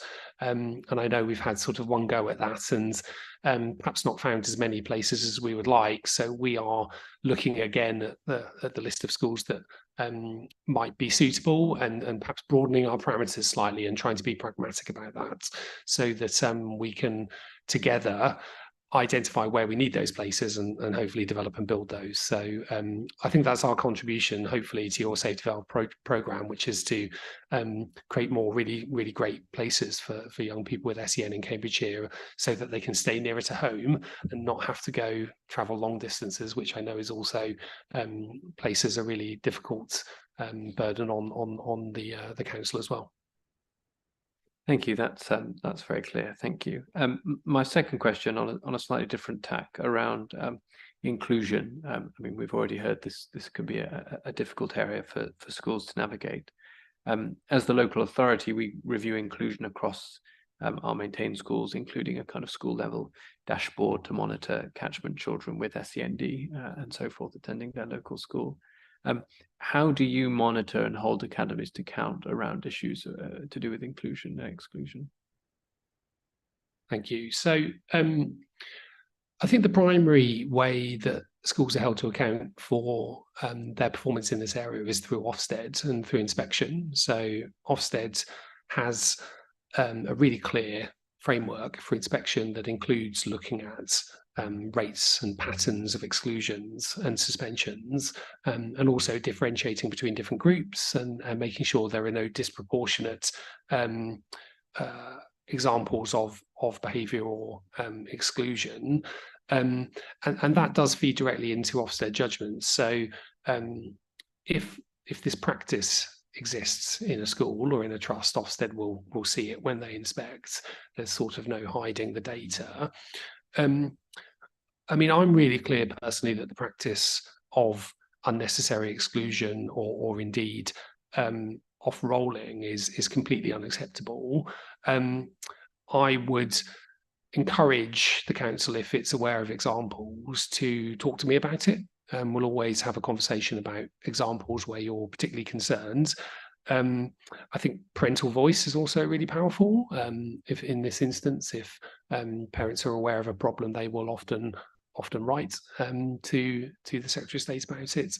And finally, the high quality trust framework that's just been published by the government, which is a definition of what we think a good academy trust looks like. It does now include high quality and inclusive education. So inclusive education is part of the definition of what high quality education is. And I think that's really, really powerful, because the statement that supports that pillar is all about creating a culture of inclusion in schools. And if an academy is not doing that, they're not going to be deemed high quality, and they're not going to be able to grow or develop any further. So I think that's a really important development in the way we define quality in the academy sector, but I would also come back to the importance of inspection, independent inspection, data. We have really good data on exclusions, as you know, because you use it, and also really happy to have a conversation about specific examples if the council's worried. Thank you. It's good to hear that we have a mechanism for kind of individual cases, but I wonder if you want to comment on whether you think there is a more kind of systemic problem here, or whether you do see this as just very isolated examples. It's hard for me to comment on whether there's a systemic problem. I think I'm aware of schools that would define themselves as being very, very inclusive. And I think sometimes that leads to them becoming more inclusive, if that makes sense, because they get a reputation for being very inclusive, and parents therefore want children to go to those schools. And that's a good thing from my point of view. I hear tales quite regularly about schools that people say are not inclusive. Sometimes that isn't backed up by data. Sometimes it is. And like I say, if you're aware of particular examples you're concerned about, please come and talk to me about them. But I wouldn't like to kind of put a label on whether or not it's a systemic problem or not. I think all schools should be aiming to be inclusive schools. And where there is poor practice, I'm happy to hear about it. I'm not sure you're happy to hear about it, but we'll be pleased to pass it up to you, I'm sure. Thank you very much for answering our questions today. Thank you. You'll be pleased to know I'm the last one to grill you this afternoon. I've got 3 questions. I'm just going to throw all 3 out. One of our secondary academies has recently been deemed inadequate. Obviously, if it was a maintained school, it would be immediately moving to become an academy. Can you confirm it will be moving to a new trust, is the first question. Second is the overall performance of our academies at Key Stage 2 is below our maintained schools, and wanted to know what you're doing to challenge this at a school level, with a focus to bring this back to national. And the third one is much more specific. Obviously, part of your role is to support the local authorities ensuring our sufficiency in terms of places for pupils. As you've heard already this afternoon, you know already, knowing the region, this is an area of significant growth. And we have invested significant resources in order to make sure we're meeting that local demand. At this time, however, sometimes this has been at odds with the regional director's decisions. For an example, we built a £10 million example at one of our extension at one of our community colleges to meet our growing Year 7 demand, but this has been agreed to change it into a sixth form provision, which we deemed not required locally, and obviously limits the availability of those Year 7 places, as you can see from our performance report. If you could finish with those three, and we'll let you off the hook. Thank you. Yes, so in respect of the secondary academy that's been judged inadequate, I'll always look at those on a case-by-case basis, because essentially what I'm trying to do is determine, does the Academy Trust have the capacity to turn this around, or does it not? And that will be a case-by-case judgment. I think it is the case that we'll always try and make that a fair judgment. We'll always ask the local authority what it thinks as well. Very happy to kind of hear views on that. I am conscious that the process of transferring an academy from one trust to another is in itself quite a traumatic process, or quite a punitive process. So I don't do it lightly either. I kind of want to know there's a premium associated with that the result is going to be worth the kind of the energy that will go into the transfer and the kind of loss of momentum. So talked about an example earlier where I did think that added up. You know, it did feel to me as though the end result would be worth it. And indeed, I think that's been borne out by what I saw when I visited recently. So I am sort of willing to make that decision where I think it's necessary. There are also examples where I won't do that. So including in the maintained sector, actually, you're right that when an academy is judged, when a maintained school is judged inadequate, there is a statutory duty for it to transfer that I have to enact. But actually, we've got examples where the new judgment about schools that have been found to be less than good on multiple occasions, that isn't an automatic duty. There's an element of judgment there, and I think I have in a couple of cases decided to leave schools with the local authority where I thought the authority would be able to improve the school. So it is a sort of a case-by-case decision. It's a power for academies rather than a duty. So I will kind of make a decision based upon the individual circumstances. In respect of the specific case, I think I've just received the representations from the trust in response to me issuing the termination warning notice, and they will need to be properly assessed before I come to a final decision. So I will look at those properly and make a decision about whether or not they give me sufficient assurance that the trust can return the school to a good standard or not, and then take a decision about transfer. But happy to keep your officers updated on that. In respect of the performance of academies in the region, I'm not sure I totally agree with that analysis. I think things might be a bit different in the 2023 data. Obviously, we don't have school level data published for primary schools, but I think my understanding of the 2023 data is it's a bit closer, and so hopefully that means that some of that gap has closed. Also, I guess I want all schools to be good, regardless of whether they're academies or maintained schools. You know, it's not as simple for me as one type of school is good and one type of school is bad. We want they're all Cambridgeshire children, so we want them all to be really, really good. I do agree, by the way, that Cambridgeshire schools need to do better at primary. We're a couple of points off the national average. 59% reading, writing and maths is the national average, and I think Cambridgeshire is at 57. So the priority area I spoke about earlier in Fenland and East Cambridgeshire, it's really sort of focusing in on literacy and numeracy in both local authority schools and academies as a way of trying to raise standards in that part of the county in particular, because we know what a challenge it is. And I think that priority area is supporting a good number of schools on its phonics and its literacy at Key Stage 1 and Key Stage 2. So I am in agreement that more needs to be done, but I hope it's not just a challenge for academies. I think it's about half and half, isn't it, in Cambridgeshire primary schools, slightly more academies. So we need both to to raise their standards. And then finally on sufficiency, I do recognise the challenge here, and I will largely want to try and work with the local authority to come to a single view of what's needed. As I said earlier, we do agree most of the time, and there will be times when we might disagree or there'll be a difference of opinion, but I hope we can kind of talk and resolve that in the majority of occasions. If you think an academy is being unreasonable, and we think so too, I'm really happy to talk to them as well and try and resolve it. I hope that we can sort of, through professional dialogue, do that in as many cases as possible.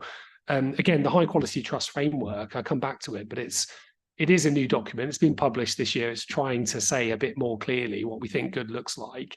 That does talk about all schools, including academy schools, operating fair access and cooperating in their local areas. So I hope that will be another signal to academies that they need to be mindful of the local area and try and work within those priorities.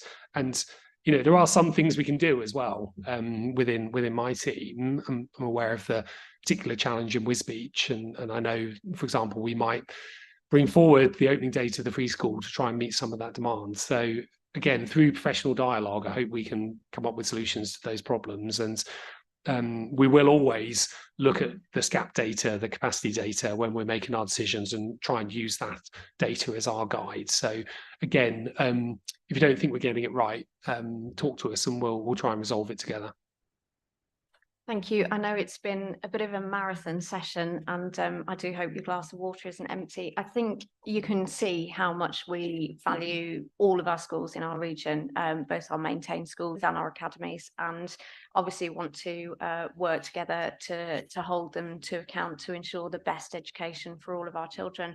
I will make sure you get the dashboard data that we were talking about and the Key Stage 2 data, and we can have further conversations around all of those things. I propose we take a 10-minute break now, and we'll reset and start again. Thank you once again for joining us, and I'm sure this is just the beginning of many conversations. Thank you.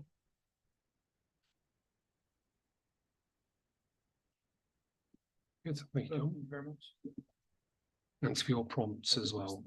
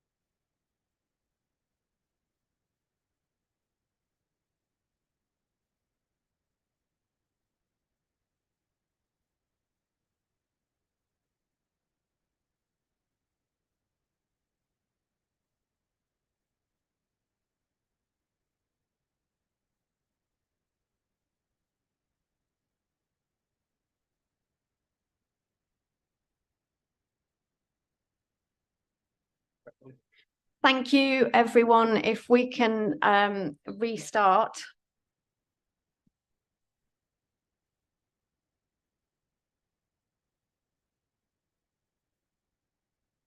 So next up, we have item 5, I think. I'm not having anyone shake their head, so I'm going with item 5. This is the Finance Monitoring Report for October. That's why I checked. Sorry. Item 6, moving swiftly on, that was quick, is progress report for Education Transport Transformation, and Fran Cox, our Assistant Director for Education Planning and Inclusion, is introducing this. Good afternoon, Fran. Good afternoon, everybody. So the report that you've received today and will take that you've read the detail is our year-in monitoring report. I hardly believe it's been a year since we presented to you the transport transformation strategy at this time last year. So the report outlines key areas of progress, as well as a report on the savings that we've been able to achieve over the last year. You'll see from the recommendations that we are also, as part of the strategy, and this is always part of the strategy, but just wanting to draw your particular attention to it today, to 2 separate elements of the strategy, just for committee's reference and consideration. One being a review of safe walking routes, with a view to bring the proposal back to committee in March with far more detail. And the second is to endorse the partnership with the CPCA, the Cambridge and Peterborough Combined Authority, in relation to the shared public transport. And this is a really innovative element of the strategy, thinking around how we can both improve routes and public access at the same time, routes to school and public access at the same time. Hopefully the report is self-explanatory, but really happy to take any questions. Thank you. Really delighted with the work with the CPCA. My argument has always been that a school coach is not a transport system and doesn't allow for those extracurriculars. So I know it has a huge impact on what our young people can do before and after school. So really pleased with that. I've got Councillor Bradnam first. Thank you, Chair.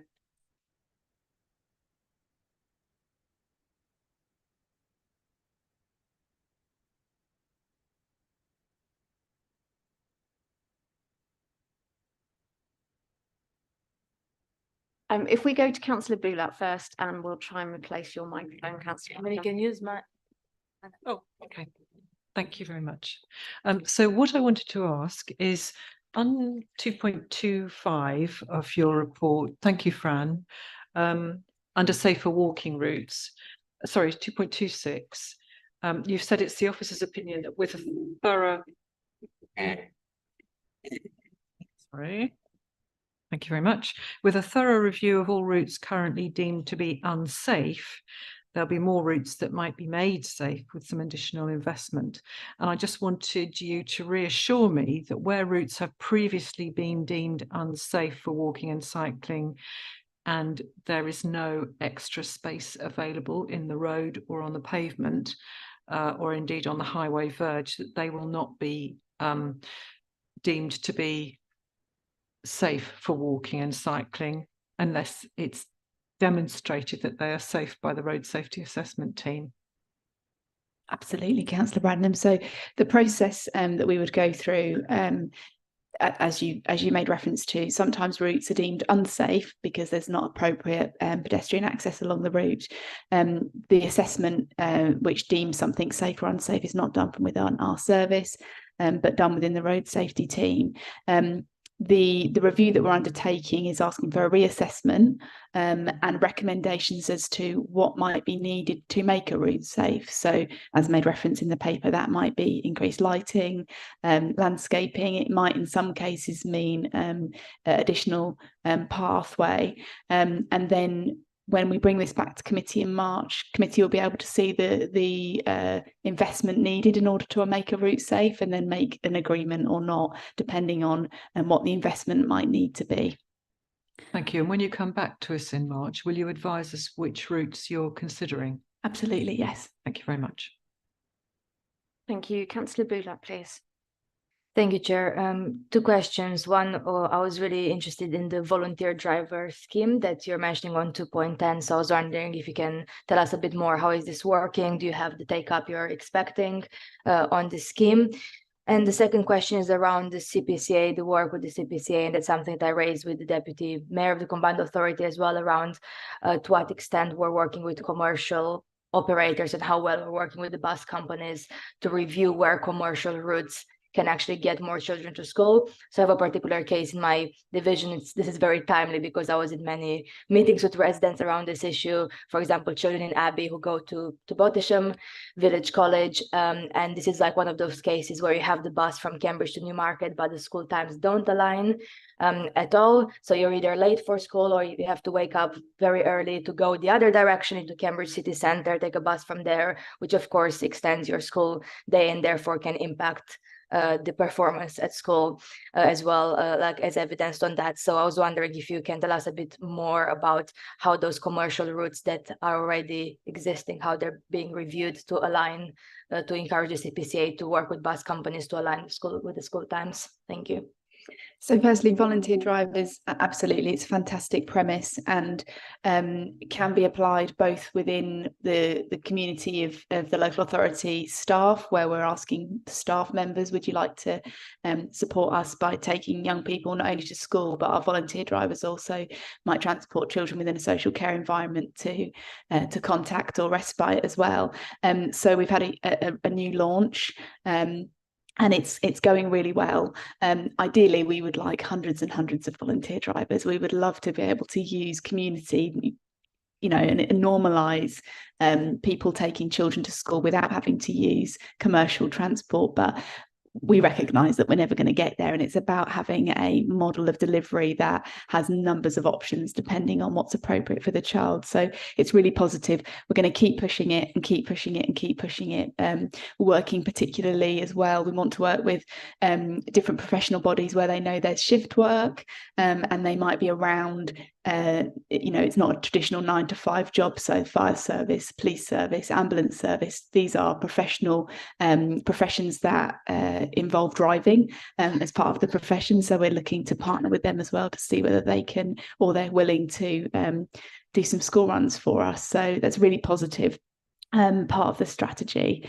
Moving on to the work with the CPCA. So the initial phase is considering the existing bus networks, both from our home to school transport routes, but also the existing public networks, and mapping the two across each other and considering where there might be benefit both for the commercial route to make that more of a viable route. So really, we know from what happened this time last year that there was questions around the viability of some of the public bus network routes. So where there's a win-win, so both we can deliver more cost effectively and in a more normalised way in terms of public access and independent travel, but also that there's a benefit to the public network as well. So members of the public within Cambridgeshire can rely more on the public network. So 2 routes have been identified in the first phase as having potential for that. They're almost we're going to consider how we might pilot them.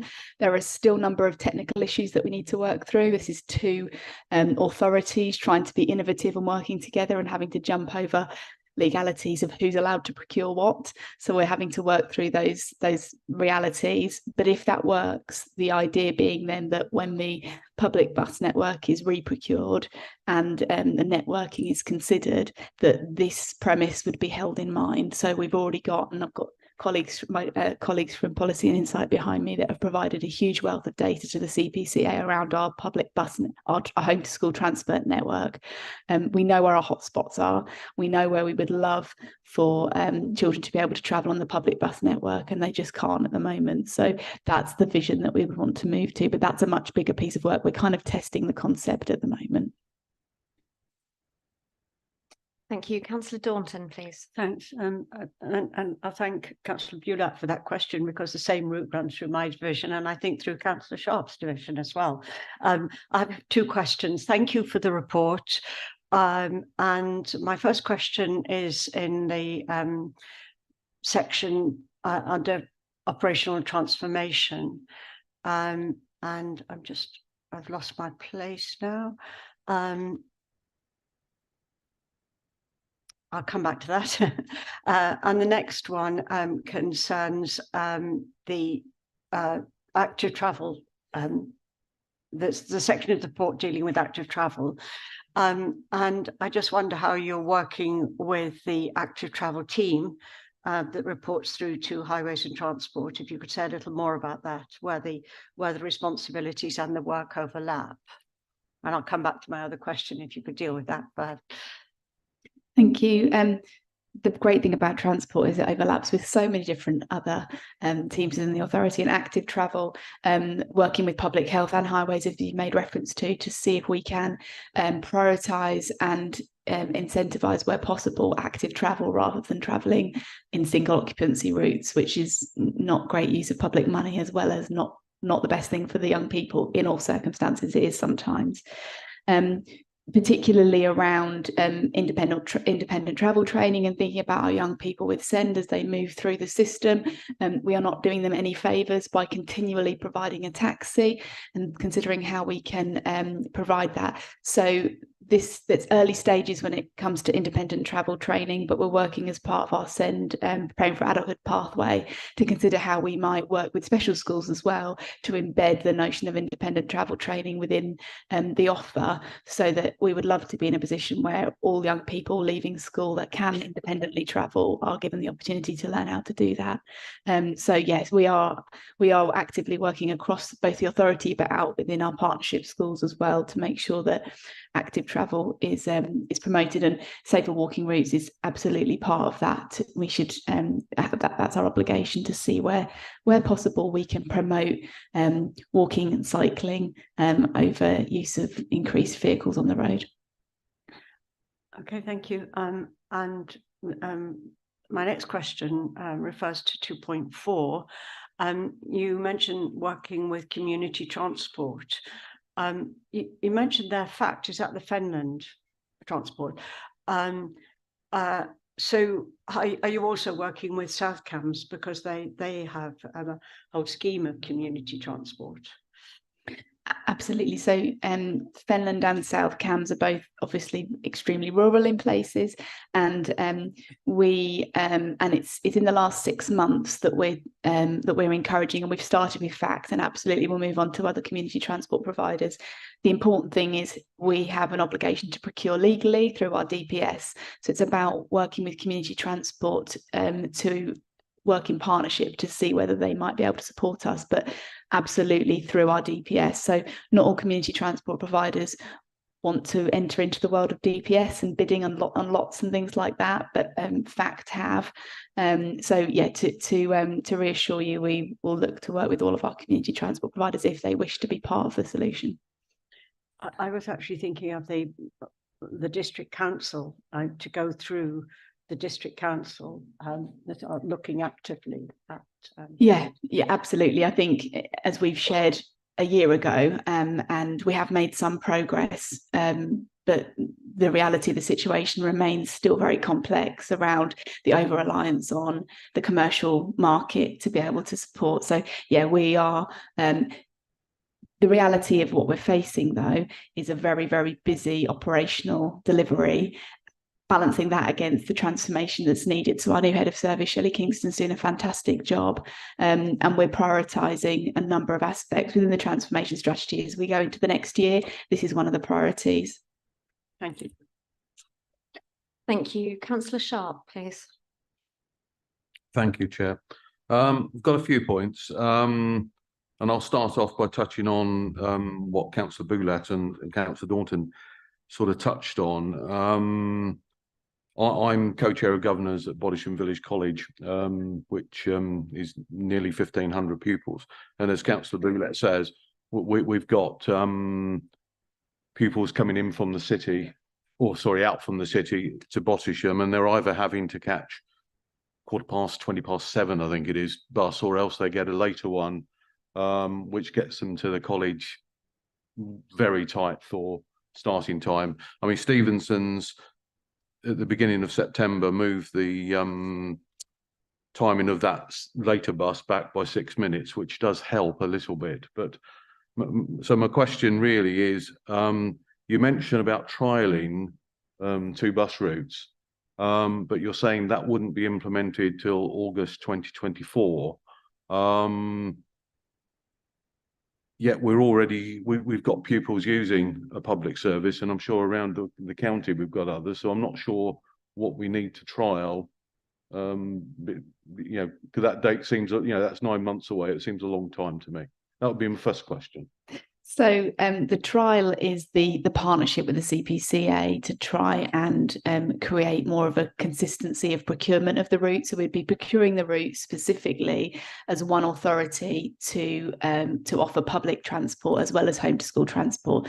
So the example that you've given there is where there happens to be a public transport route where young people can access, and that happens across the county in a number of scenarios, and they buy a bus pass. We buy a bus pass on their behalf. So the difference being with the CPCA proposal is we're strategically procuring the routes together to meet both sets of needs from the start.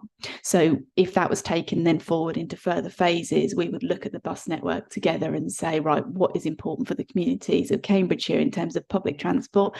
What is important for Cambridgeshire in terms of access to school? And you can kind of map the two over each other, and the network is built based on both of those priorities. Okay, thank you. Yes, I understand the ongoing discussions around buses. I sit on the Transport and Infrastructure Committee of the Combined Authority as an East Cambs District Councillor rep. So yes, we've been discussing buses. So okay, I take that point. Two more points. One is, and I know it's not really on this paper, but as I understand it, part of the reason, or one of the reasons, hopefully one of the reasons, is they want to come to Boddisham Village College because it's absolutely brilliant. But I understand some of the secondaries in Cambridge City are full. Therefore, if we could increase the capacity within Cambridge City, and I know that may be difficult, perhaps that would help. And so that's one question. And the second question is around the numbers. And if I look at 2 points, really, if I look at 2.22, I think the table's wrong in that the heading should be variance rather than forecast outturn. I don't think that's the forecast outturn. But the main question is, and I know it's included in the paper, and you summarise it about the pressure of complexity, and we understand more send complex cases are happening. But literally, the budget was over 2 million more than the actual from last year. The actual compared to last year is about 5.5 million more. So I just want, and I understand the pressures, I really do. But I'm just trying to get my head around how that gap has grown so big, if that makes sense. Thank you. So I'll speak to the point around pressures in the city and place planning. Actually, the answer to the second point does link to your question about the first point. So yes, we have secondary placement pressures in the city for a number of reasons, one of which refers to a question that was posed to Jonathan in the previous item around ensuring that the basic need provision that we've delivered historically is protected for our forecast growth. We've seen a high level of migration into Cambridgeshire over the last year. Around 1,000 children arrived in Cambridgeshire, school-aged children arrived in Cambridgeshire that we didn't know about this time last year, through Ukrainian refugees, but also international migration and national migration, which is fantastic for Cambridgeshire. It's a place where everybody wants to come to, but the realities of that include both pressure, and it is around the city, and in a few other locations in Finland, but there's other reasons behind that. And also, often because we don't have the places available within the 3 miles, it includes the need to offer transport. So when it comes to budget, and moving on to your second point there, we're in business planning at the moment for next financial year. it is very difficult to predict that sort of migration. There are things that we are able to predict: inflationary impact, generalized growth, the normalized growth from housing developments that we know about. We are able to forecast send growth to a certain extent, but as we know that that's increasing far beyond that we forecast. There are other elements like that in the year migration that we simply can't, we weren't this time last year able to predict. This year going forward, we are making the assumption that that won't stop, given everything that's happening internationally. We're assuming that we will get a similar level of in-year migration, which helps us forecast and accurately budget. That doesn't help the financial situation in terms of the pressures in this area. We know that this is a national issue. We know that there's been a report to government very recently lobbying the government to specifically consider the pressures for all councils, particularly large rural councils in this area. And the strategy, as we articulated this time last year, is doing everything we can to deliver education, transport efficiently. And I said this time last year that I believed that we weren't being as efficient as we could be, and we were going to strive to be within the first 2 years of the strategy, and we are well on our way to doing that. What we cannot do is affect national inflation or affect growth. But I think we are further on our journey of being able to predict that and understanding the factors that are affecting that. So hopefully that answers your questions. Come back very briefly. Thank you very much for that detailed question. That was very helpful, because I certainly wasn't aware of the level of the numbers of migration. Yes, the college has got, I don't know off the top of my head how many. We've got Ukrainian children and children from other countries as well. So that partly explains it. But thank you for that. Thank you. Councillor Taylor, please. Thank you, Chair. So if committee decide that we would like you to bring back a review on the safer walking routes, will we be consulting with our communities, with our parents, our residents? And if so, in what form? How are we going to do this? So, of course, we would want to engage, and there's a process that I believe has been followed before in Cambridgeshire when making a walking route that was deemed unsafe safe. So we will absolutely engage with our communities. So in policy terms, the eligibility for young people along that route is only there because the route is deemed unsafe. So the minute that it is deemed safe, either without investment or with investment, depending on the outcomes of the assessments that are done by the highways team, the young people will be then not eligible following the route being safe. But I think what we want to do is really understand what that means for communities, because there's a number of different ways to implement that. If committee decide in March that they want to pursue that phased implementation or immediate implementation, there are a number of options. So we would, as part of the engagement process with the communities affected or impacted by any changes, should there be positive impact as well, or being able to walk to school, being able to cycle to school, as well as the change, which we understand any change can be difficult, from moving from being used to being transported to perhaps now needing to walk. We would talk all of that through in terms of consultation and seek to bring those consultation responses back to committee. Thank you. Councillor Hoy, please. Sorry, Councillor Hay and then Councillor Hoy. Sorry, Councillor Hoy. Thank you. I wanted to touch on again on the unsafe routes. You mentioned that there's ways of making them safe, such as increased lighting and widening of the pathways. What I wanted to know is, would that be coming out of the educational transport budget, or as they are in effect improvements to the highways infrastructure, would it be coming out the highways and transport budget, which I would hope you would say yes to? So any investment in the highways would be a capital investment. So it would come as part of an amendment to the capital programme, the council held capital programme. John?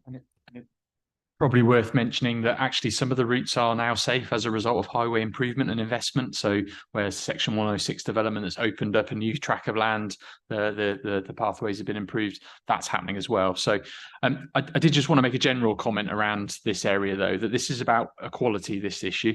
You know, we want fair access. We have a policy that provides transport. And the reason we have to review is that we want to be fair. We want to make sure that everyone has that entitlement, where distance they live, the safe element of that, to review it. And we haven't done it. I think the last committee report we brought back here about safe walking routes is 15 plus years ago. This is the right time, we feel, now to have a relook at those factors and review them in light of the equity challenge. And we've obviously been challenged on our policy through questions recently as well. So we hope this will sort of bring all those issues together alongside the transport policy, and we'll obviously bring the financial implications of those to you as well. Thank you. Councillor Hoy, please. Yeah, I've got 2 points. First is around the point about volunteer drivers. I feel very nervous about this because, first of all, I suppose on a point of principle, I'm unsure it's helpful to be taking away jobs from people that need them driving. But my more of a concern, I suppose, is volunteers. When you rely on them, you are reliant on them. They can let you down much easier than employed staff. So I think that it could end up being a much more of a problem. You have to manage them, because unless you've got someone that says they're going to do, every week, 5 days a week, you're going to have to work out who does what days. And I can see us ending up spending just as much money as we're saving in not transporting said child in a taxi in a management cost. I think we're going to end up it's going to end up costing us probably more. And I also sometimes I feel very nervous about volunteering when children are involved. I know I'm not saying all volunteers, I volunteer with things. I'm not saying all volunteers necessarily are inappropriate, but we've all heard cases where there has been some. And so I'm just worrying about if that opens us up to that. And the second point was just about the safer routes, just looking at maybe making it more of a talking to the school about it and engaging them rather than making it a desktop exercise, because about 6 or 7 years ago now, there was a path put down Meadowgate Lane with the express idea of making a safe route to school for Meadowgate School. I'm not complaining about the footpath. It's a lovely footpath that residents had wanted and never got, because we were always told there's no highways funding. But it did not solve one single child, because it wasn't a lack of footpath that was stopping a special education needs child going to a special school. It was, and various other issues that still existed when there was a path. So I think we need to just be very careful when we put these things in. Thank you, Councillor Hoy. To your first point about volunteer drivers, I think it's been well evidenced that we have a significant driver shortage. So I'm not worried at this point about taking jobs away from drivers by introducing a scheme around volunteer drivers. I do recognise your point, though, around it being an additional pressure on the service having to manage volunteer drivers. The scheme will often involve a pool of drivers. So where there is need for emergency transport, and we've had a meeting today internally around how we can facilitate emergency transport, or where we know it might be a few weeks to set up transport through a DPS or to add a child onto a route, there's an ability to call somebody within a pool and say, can you just do this trip for me today, to avoid a child having to miss school for the sake of a procurement timescale. To reassure committee, there are proper appropriate safeguarding checks in place for all volunteers, and often there's use of personal assistance as well where that's deemed appropriate. I think to your point around involving the schools in the safer walking routes assessments, absolutely recognise that. We predominantly will be looking at mainstream routes rather than SEN routes, because as we know, with children accessing special schools, it's not just about the highway, it's often about the needs of the child, which means that they can't walk to school rather than there not being a good enough path. So it'll be predominantly mainstream routes. But yeah, recognise your point and thank you about needing to include the schools in that conversation as well. Thank you. Councillor Bradnam, do you want to come back very briefly, please? Very briefly, thank you, Chair.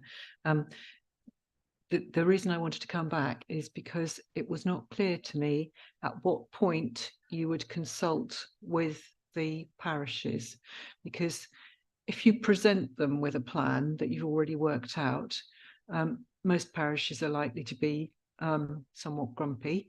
So can I just suggest that you engage with the parishes as you are considering what might be a safe route, so that they can make suggestions to you in the proposal, in the development process. Thank you. Yeah, that's helpful. And we'll seek to engage with local members as well. Thank you. So if we move, sorry, are you waving at me? No. If we move to a vote, the co-opted members of the committee are eligible to vote on this item. We're being asked to A, endorse the progress made towards the outcomes identified in the transport transformation strategy.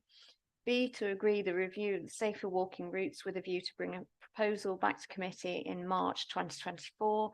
And C, to endorse the partnership working with Cambridgeshire and Peterborough Combined Authority in relation to the shared public bus routes. All those in favour, please. That makes it an easy, unanimous one. Thank you very much, and huge thanks to those who've signed up to be volunteer transport drivers already, and do get in touch if anyone would like to take that up. Thank you. Item 7. Item 7 is the draft small school strategy, sorry. A revised version of Appendix 1, which contains the draft strategy, was published on Friday the 24th of November and has been circulated to committee members for information. The revisions reflected further feedback which we received from stakeholders. Fran, it says, is staying with us to introduce this report, but she appears to have disappeared. So I will hand it over to you two. Thank you. Great, thank you. Sorry, Fran's needed to take a call. So just like to introduce Rachel Pinion. She's the fantastic officer that's put together this document. So she'll be here to answer any questions. I think this is a really important document we're bringing to committee today. Those of you remember a year ago or so, we brought a paper around the future of one of our small schools. Incredibly complex, emotive and challenging process for us all to deal with.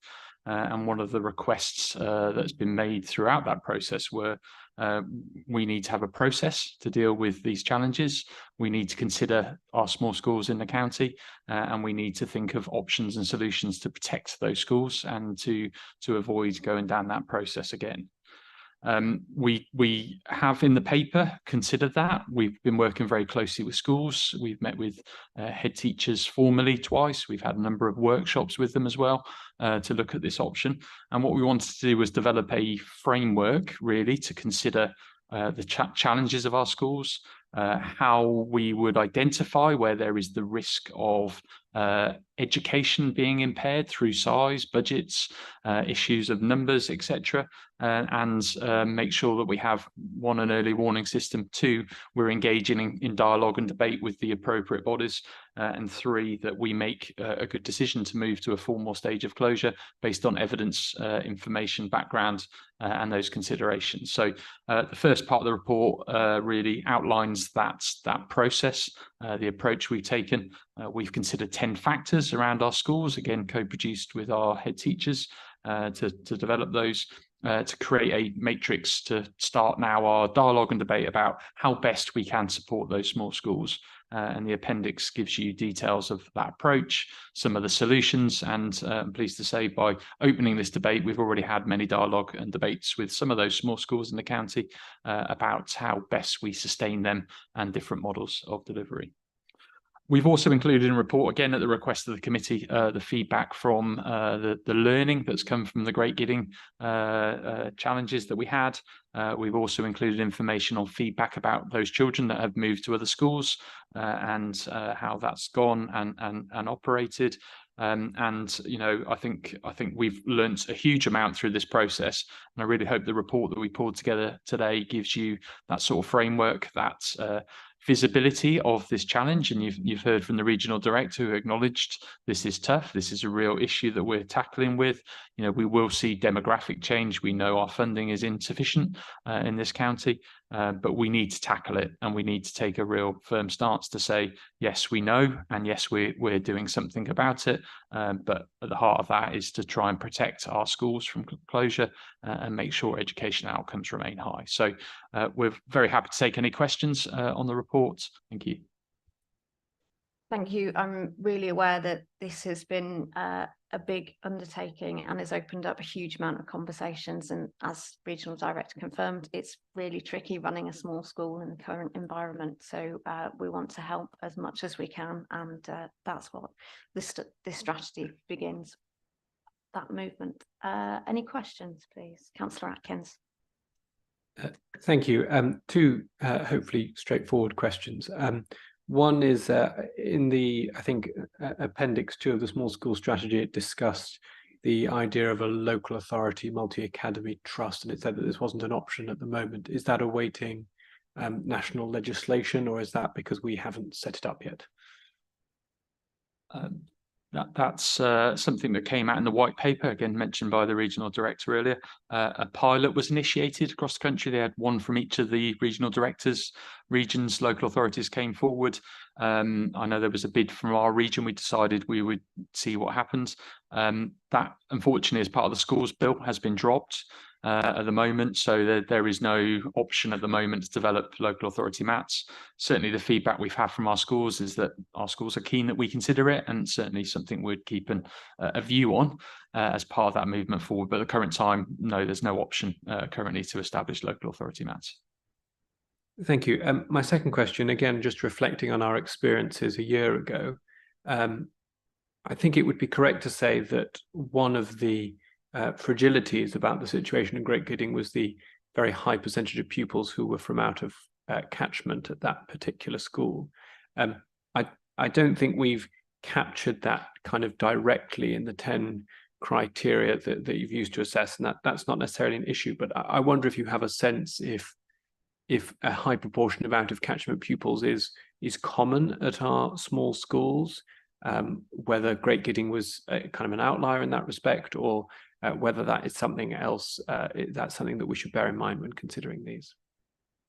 So in the assessment criteria, one of the points is our catchment forecasts, and that looks at the number of children that are living in the catchment of that school and what we predict over the next few years. In terms of the small schools now and how many children are attending from out of catchment, yeah, definitely something that we can look at. Yeah, I'm not sure if that's a significant trend or if Great Gidding was an outlier, so we can look and get back to you. Yes, I suppose if you're seeing a big difference between the catchment forecast and the current number on roll, that might give you perhaps an indication again that it has that slightly more fragile sort of fragile setup. But thank you. That's yeah, helpful. Definitely. Yeah, absolutely. And I think speaking to heads, you know, that ability to forecast what may change. You know, it's often we see children move catchment schools because of Ofsted rating, an issue in a particular school, change of leadership, for instance. So it's very much part of that. But I'm very confident that the looking at the catchment and pupil forecast tell us that story, and that's part of the assessment criteria. So just to reassure you, it's part of the arrangements, and you know, we can't rely on parental choice, and I think that's been one of the consistent themes, that often that is the case, and things do change, as we know. I know that one of the way forwards for small schools is a federation type process where you can share resources and obviously cost implications. Where do we sit in terms of statistical neighbours in the number of federations that we have compared to those neighbours, please? So we looked at our 10 statistical neighbours. There are 2 that have got a high number of federations, say between about 15 and 30. And if you look at their place planning documents, they do actually talk about how they've approached their small schools and have facilitated federations. The other 8 are very similar to us. We have 4 federations at the moment. So, and the others are between 0 and about 10. So that's similar. Thank you. I've got Canon Reid next, please. Thank you. I've got four questions, Chair, if that's okay. And first of all, thank you, Rachel and John, for putting together what is a very difficult and complex area, and contentious, of course. Many of these schools are diocesan schools, and an unhealthy proportion, but nevertheless historical precedent for that. Could I ask, is it possible for us just to strengthen the diocesan presence within this document? It's not a criticism, it's an invitation. I feel that the diocese needs to share in the challenge, and I'm not sure that it's referenced enough.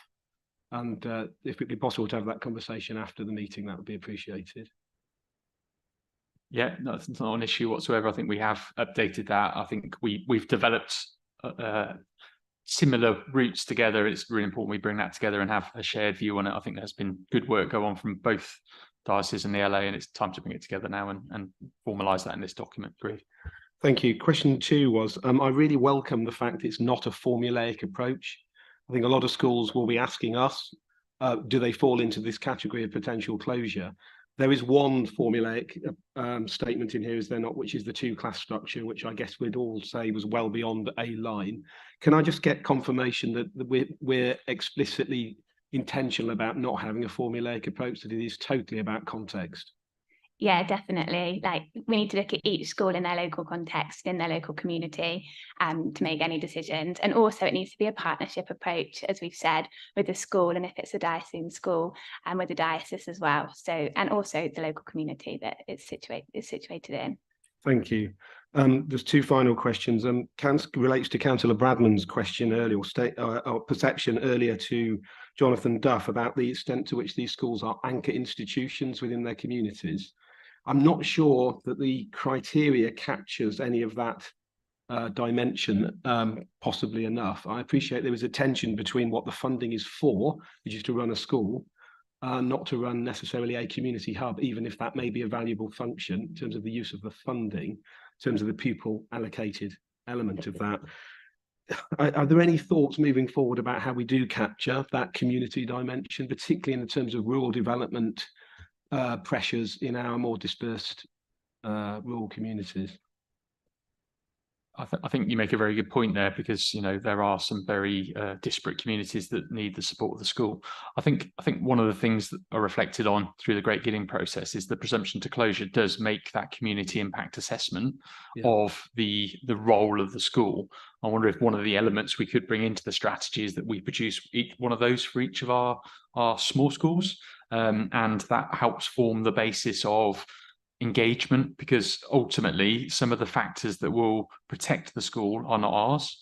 For instance, and we've referenced in the report, the proposals in local plans to add housing would be enhanced by understanding, actually this particular school provides a community hall. It does have drop-in facilities for families in early years children, but we probably don't have enough of that dimension captured as part of this process. So I think it's a great suggestion. I wonder if we just pull that out of the presumption to closure process and undertake that community impact assessment or community development assessment as part of this process, so we have it there, and maybe even include it as part of the sort of review and ranking, so we understand that. But equally important to share it with partners so they understand the loss of the school will mean this.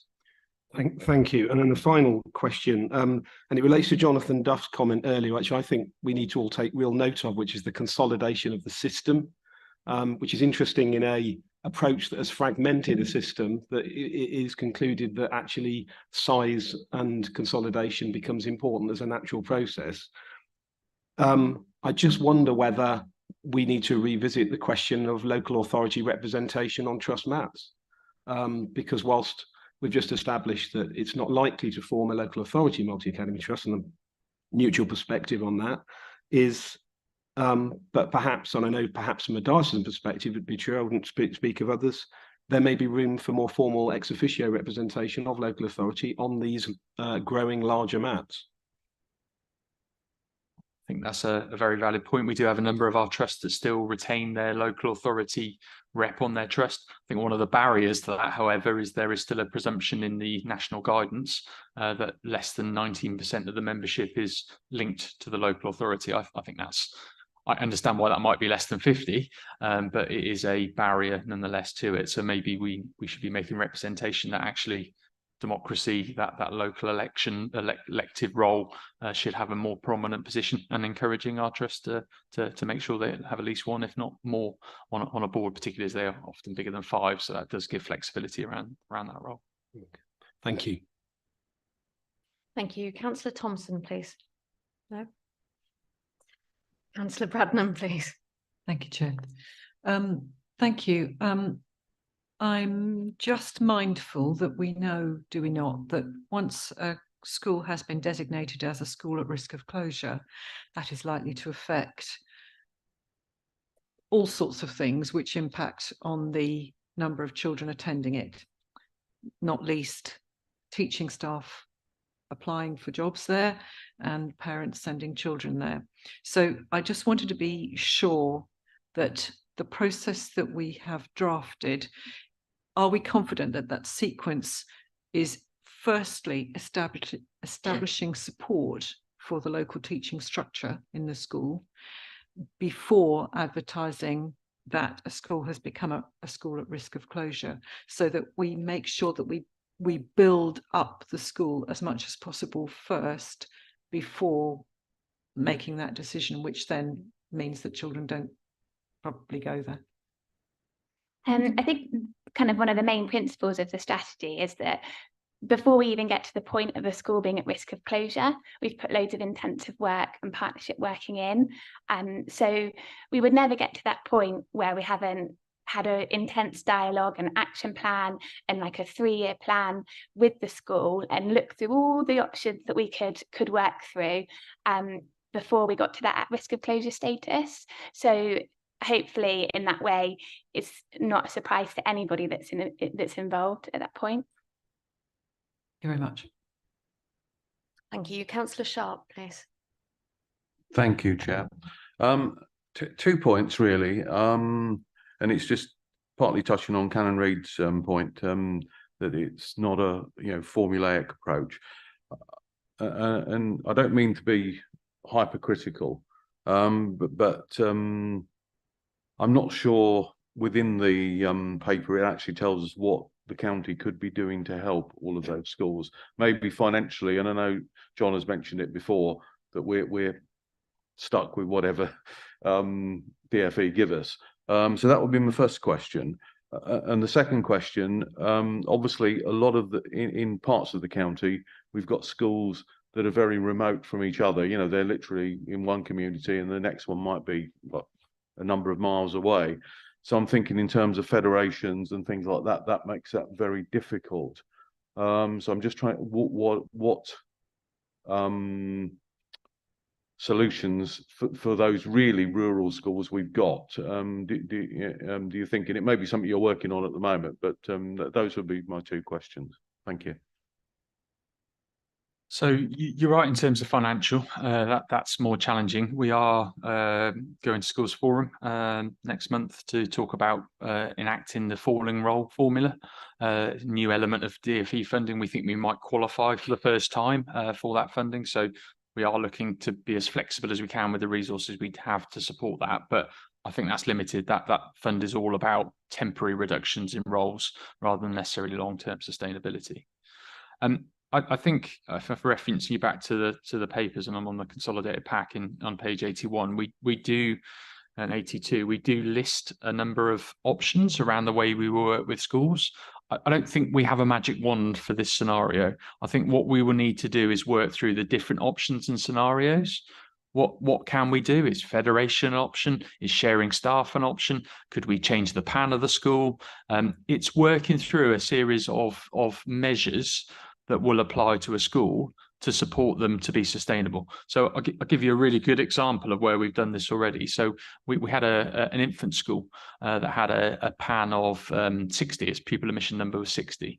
And that number really causes difficulties in an infant school because of the numbers and the infant class size legislation.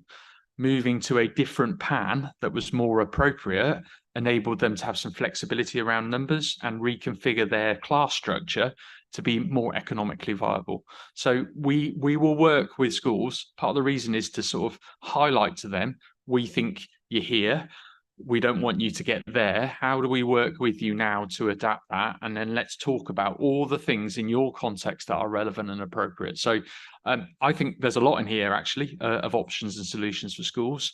I think the focus of this now needs to be getting there early, making good decisions. Where there are opportunities to create change, we grab them. One of the things we talk about is changes of headship, for instance. Can we then look at a federation? inevitably in the rural area, it's going to be more difficult, and we have to look at that. But actually, that's part of why we want to do this, because we want to keep that school in the local area. So we will have to be creative with those solutions. Federations, we may see federations of 10 schools. That's happening in Norfolk at the current time. It could be there's a completely different model we need to work through. But just to reassure you, there's a lot that sits behind this, a lot of working and thinking that's gone on. I would say, though, it's not, it's going to be bespoke to each school, and that's the way I want it to be, because I think if there was an easy way of doing it, we'd turn it on for all our small schools and we'd see them hugely viable. It's not straightforward as that. Thank you. Councillor Daunton, please. My question's already been asked and answered. Thank you. Perfect. In which case, I don't have any other speakers. So we've been asked to endorse the small school strategy, which includes the school closure process set out in Appendix 1 to this report for immediate adoption and implementation. All those in favour, please. Thank you. In which case, thank you very much for bringing that. Thank you, Rachel. Thank you, John. We move to item 8, which is the Corporate Parenting Annual Report for 2022-2023. Ranjit Chambers, who is our new Service Director for Fostering, Adoption and Corporate Parenting, and Catherine Isaacs, our new Head of Service for Corporate Parenting. Welcome to your first CYP meeting. Please, if you would introduce the report, and then I'll invite Councillor Bradnam to speak first as Chair of Corporate Parenting. Welcome. Good afternoon, everybody. So we have Brian Ralph on the call, who will be presenting the paper today on my behalf, and Catherine Isaacs, who is the author of the report. We're there to answer any questions that you may have, and I can take some questions away if we can't answer them today. Thank you, Ranjit. Over to you, Brian.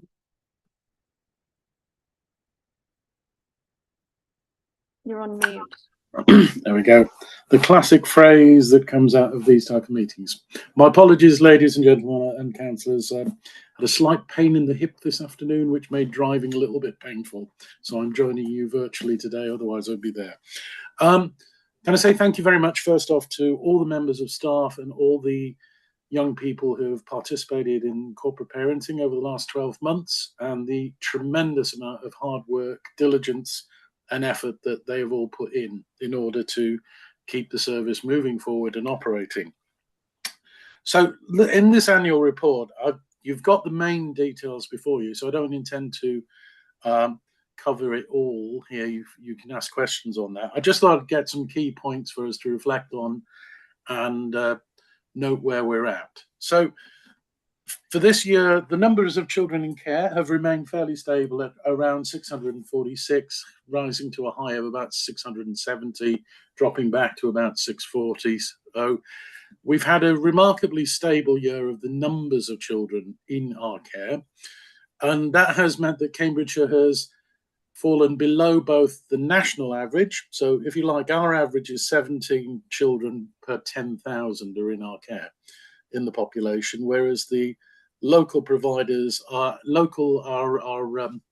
statistical neighbours, equivalent councils, are about 22 children per 10,000, and the England average is as high as 26 per 10,000. So you can see that we're not accommodating more children than quite a lot of other authorities in England at the moment. However, what we are accommodating and what we're bringing into our care is children who are much more challenging, who've got a higher level of trauma, higher levels of previous histories of abuse. Most are on care orders or on formal orders, and the result of that is that they stay longer in our care and they are more complex. And so although we've remained fairly low in our numbers, in terms of our financial outlay, we've seen a considerable challenge in our financial outlay for children in care. So we've seen upwards of 3 million being invested in less than 52 children. So actually it shows you the level of complexity that we're dealing with. So that's a bit about the children we've got.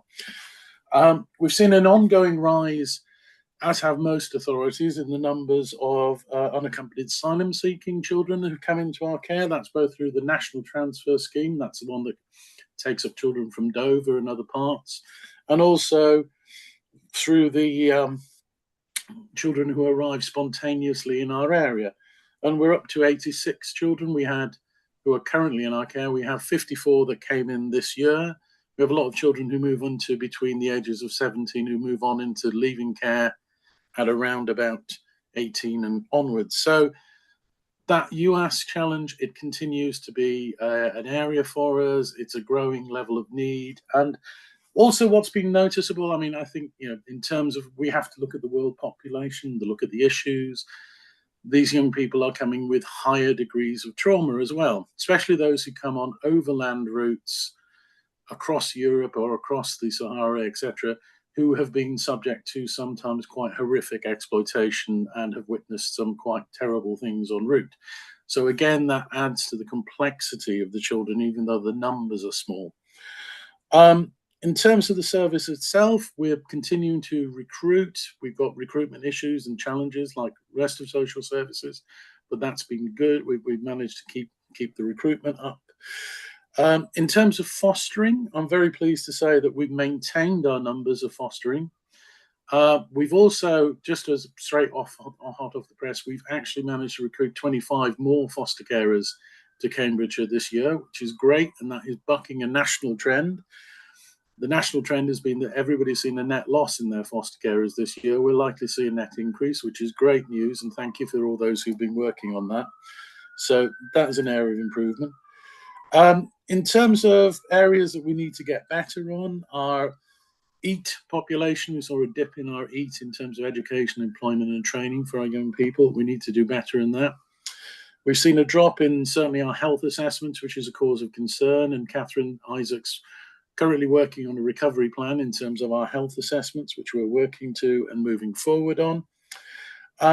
In terms of care planning, we need to do better. In terms of permanency planning, and that's where, what is the forever home for the child? What is the right home for this child to be in long term? We're doing well. We've got over 166 children who are in permanent homes, but of those who are still in care, we have a significant number of children who are not settled, still moving. And again, it goes to that complexity issue I was talking about at the very beginning. So those are some of the kind of basic highlights. The other thing I wanted to finish off in, there's really a huge vote of thanks to our adoption service, which is we jointly work with Peterborough in delivering an adoption service. You can see on the numbers on the report that we have maintained a really outstanding level of performance in terms of the numbers of children who've been successfully moved on into fostering, into adoptive families. And we continue to recruit successfully to adoption. And that is a real credit to the authority, because there have been, again, national challenges which have seen that reduce. And it's an area that we are really proud of what we've been managed to achieve there. There are also going to be the counter side to that, is that we need to do better in terms of adoption support and those children who are suffering challenges, often in transition, when they're getting between the ages of moving to secondary school, when they're leaving into adolescence. Those are all key challenge areas, and we've seen a rise in those cases. And again, that's very linked to the COVID situation, issues about mental health issues. Another theme for the year has been the kind of rise in the number of mental health issues, etc., that we are facing. Care leavers, I come last to care leavers, just to say care leavers, members need to be aware that from this year onwards, care leavers will have a separate judgment in the Ofsted framework. They'll be looked at specifically, and we are looking at kind of how do we have a really excellent care leaver offer.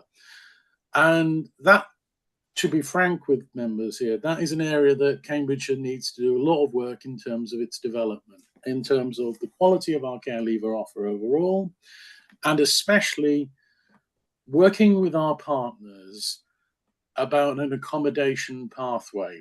And that's going to be a challenge to us, because we have to work with our district council partners. We've achieved the first stage of that by having a housing protocol which has been agreed between all partners, which has given our young people access rights where they would choose across Cambridgeshire, which is great news and a really positive step forward. But we now need to build on it in the coming years, where we look at how do we actually achieve more secure tenancies for children who are our corporate children. So that is a key challenge going forward. It's reflected in the priorities that Catherine has put on the report. And the other elements I would really point to is the kind of the quality of the leaving care offer in terms of EAT, apprenticeships, training, direct support, and also how we move children through the system. And I'm going, as the interim, I've been your interim for the last 6 months. So here is my parting kind of just comment for the council to reflect on, which is, I think Cambridgeshire's challenge is we need to prepare our children better for independence between the ages of 16 and 18. And we need to look at the level and quality of support that we're providing post 18. All of those are covered in the action plan, but I'd really draw members' attention to that because I think it's a key area for us to move forward as a council and as a corporate parent. That's a quick stop summary of the whole thing, and I'll stop now and ask for any questions and any other comments. Thank you. Councillor Bradnam, please. Thank you very much, Chair. And I'd like to add to that vote of thanks that Brian gave earlier on, a vote of thanks to him for looking after our service for this period of time, and also for that very succinct summary of the report in front of us. I just wanted to point out a couple of things for accuracy. On page 88 at 1.5, it says that the sorry, hang on, let me just find it. It says that the we do indeed have, the subcommittee has 3 informal meetings and 3 formal meetings, and at the informal meetings we do have young people attending, but I just wanted to clarify because the report says that they jointly chair the meeting alongside the subcommittee chair, which at present they don't. So I just wanted to clarify that. The second thing I just wanted to point out was the data tables that we've got from page 103 onwards are not the normal dashboard that we receive at each of our corporate parenting committee meetings, whereas these are what we see. The tables that we've got from page 103 are very useful and very detailed, but this is actually the scorecard that we receive at every meeting, which is very useful because it covers a snapshot of everything that we care about and mind about and want to keep an eye on. But just going back to the beginning, the other thing is that some of the data in the report appeared to be, and I don't know if it's just because that's when we get the data, it seemed to refer to 21-22 data, and I was slightly confused by that. So just coming back to the concerns that we have, I'm very mindful that we have a really dedicated and extremely very much valued cadre of foster carers in Cambridgeshire. And I wanted to give my personal thanks to them for all their hard work, but also to be mindful that many of them have been doing that loving and caring work for many years, and we are in a position where we might lose many of them just through natural retirement from that role, and I'd really like us to do some more. And I'm pleased that in a conversation earlier with our new head of service that we are looking to consider how best to recruit younger foster carers who will do that role for a longer. And also I want to think about how we retain foster carers and look to intervene before people might leave that role. So, our officers have done a fantastic job over the years, and particularly during this difficult time while we've been separating our service from Peterborough, and they've been keeping all of the business as usual going while this has been going on. So I wanted to thank them very much for all of their work and care over the time while we've been going through transition. Thank you.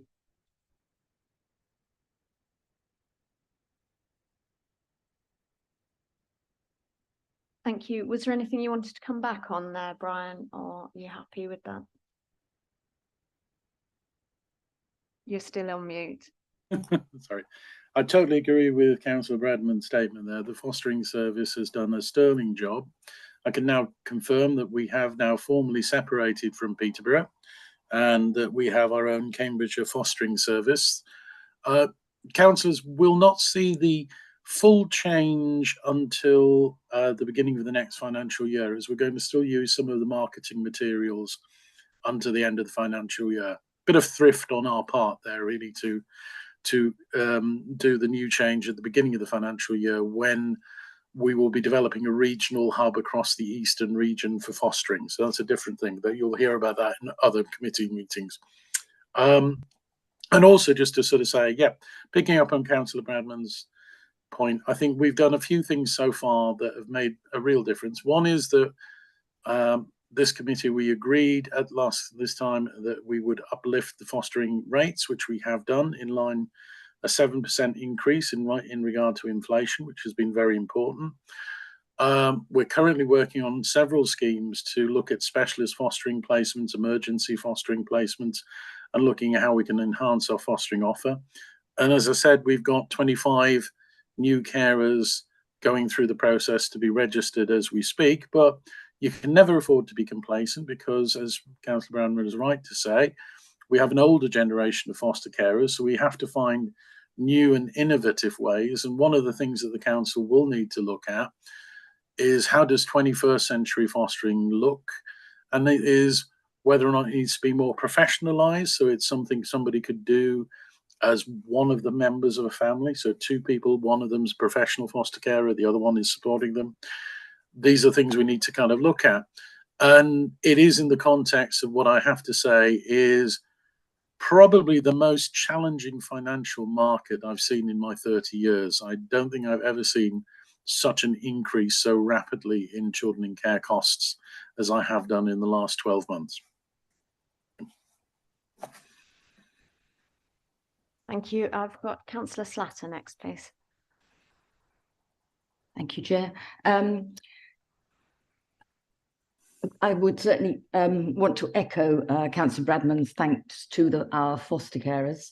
I've learned a lot over the time that I've been involved. I knew in theory, having been told about it by ex-councillor Ashwood, that we're all corporate parents, and I think this is something we need to remind our fellow councillors outside this committee, because their areas of responsibility on other committees can be of great use to our children.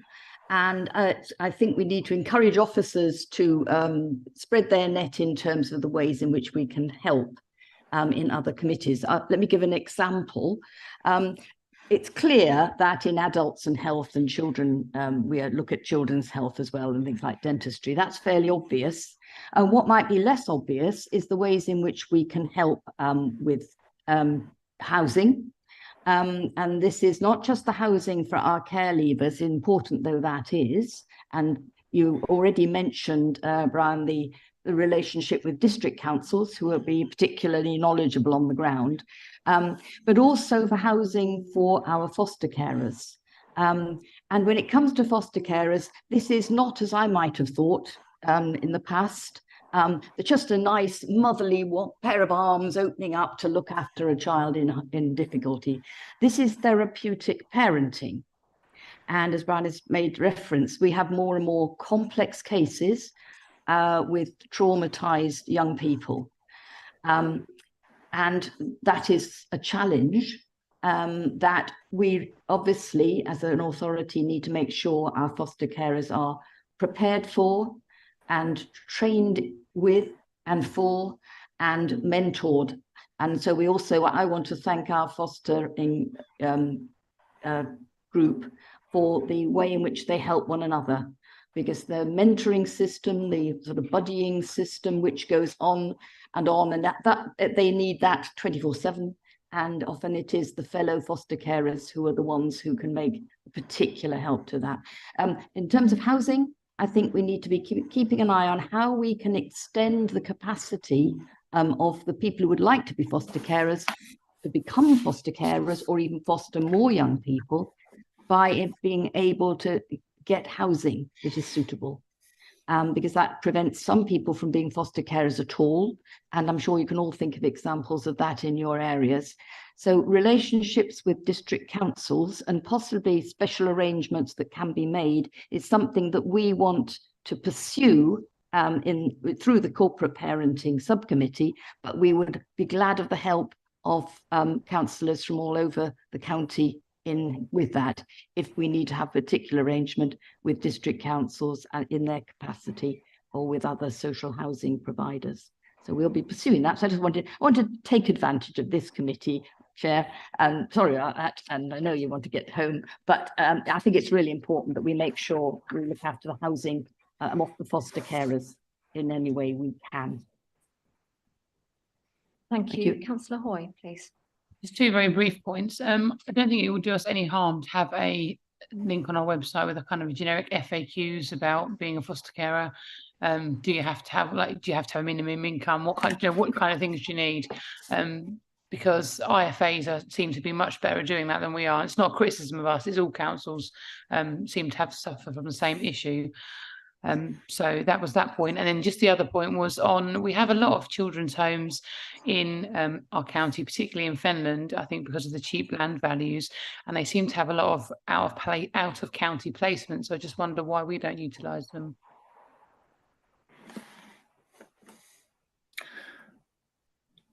Utilise what? Well, if there's many beds in children's homes in our own county, why are they being filled by external councils and not us? Yeah, I can come back to that, Chair, if you want. Yes, please. Okay. Yeah, I think in terms of the overall, that's covered in what we call the sufficiency strategy for Cambridgeshire. So we have a duty to look at our needs. And you're quite right, Councillor. Up and down the country, private residential units tend to focus on areas where they can get reasonable accommodation at a reasonable cost. And you end up with a pocket of children from right across the country arriving there. One of the things under our sufficiency strategy, which Ranjit and me have been working on, is that we'll be looking at developing our relationships with the local residential providers. They're not been strong enough. And alongside Lucy Munt, who is our new head of commissioning for children's services in children's care, we'll be looking at redeveloping that provider group and targeting those very things. So we're very much on that. And it all features within our corporate parenting strategy, which we will be producing. And Ranjit's got some very good ideas in terms of what she wants into that and her priorities. So I won't steal her thunder on that. So we'll be developing that with you and bringing it back to the committee in terms of the corporate parenting strategy. But as councillors are talking about accommodation, I think there is one really good idea, which I will give to Ranjit here, who came up with this, is that it would be good if councillors could commit to go and have a look at where our children who are leaving care are actually living at the moment. And it would give you a really interesting perspective on what the change is that we're after. Thank you. Thank you. Canon Reid, please. Thank you. I asked these questions entirely within the context of thanking Brian and Councillor Bradman and other colleagues with the extraordinary efforts that go into this incredibly important area. I just feel slightly, and I worry, that the corporate parenting annual report is very useful, but is a bit input and output heavy. And I can't find too many outcomes in there. And I just worry that we mustn't be too light on marking our own homework in those areas of service that act to support those areas that, as a corporate parent, we might ask the question, to what extent are our young people being well served by the other services, such as children, social care, and the outcomes for children in terms of achievement at all levels of their school career, which is neither a criticism of either of the hardworking colleagues who work in those areas, but we have to accept, do we not, that actually at the moment things are not where we would like them to be. And I ask those questions in light of our impending ILACS inspection, because I think there's lots of really good news in here, but I would be interested to know whereabouts it puts us on that journey towards being better. Yeah, I can- Oh, sorry, Brian, after you.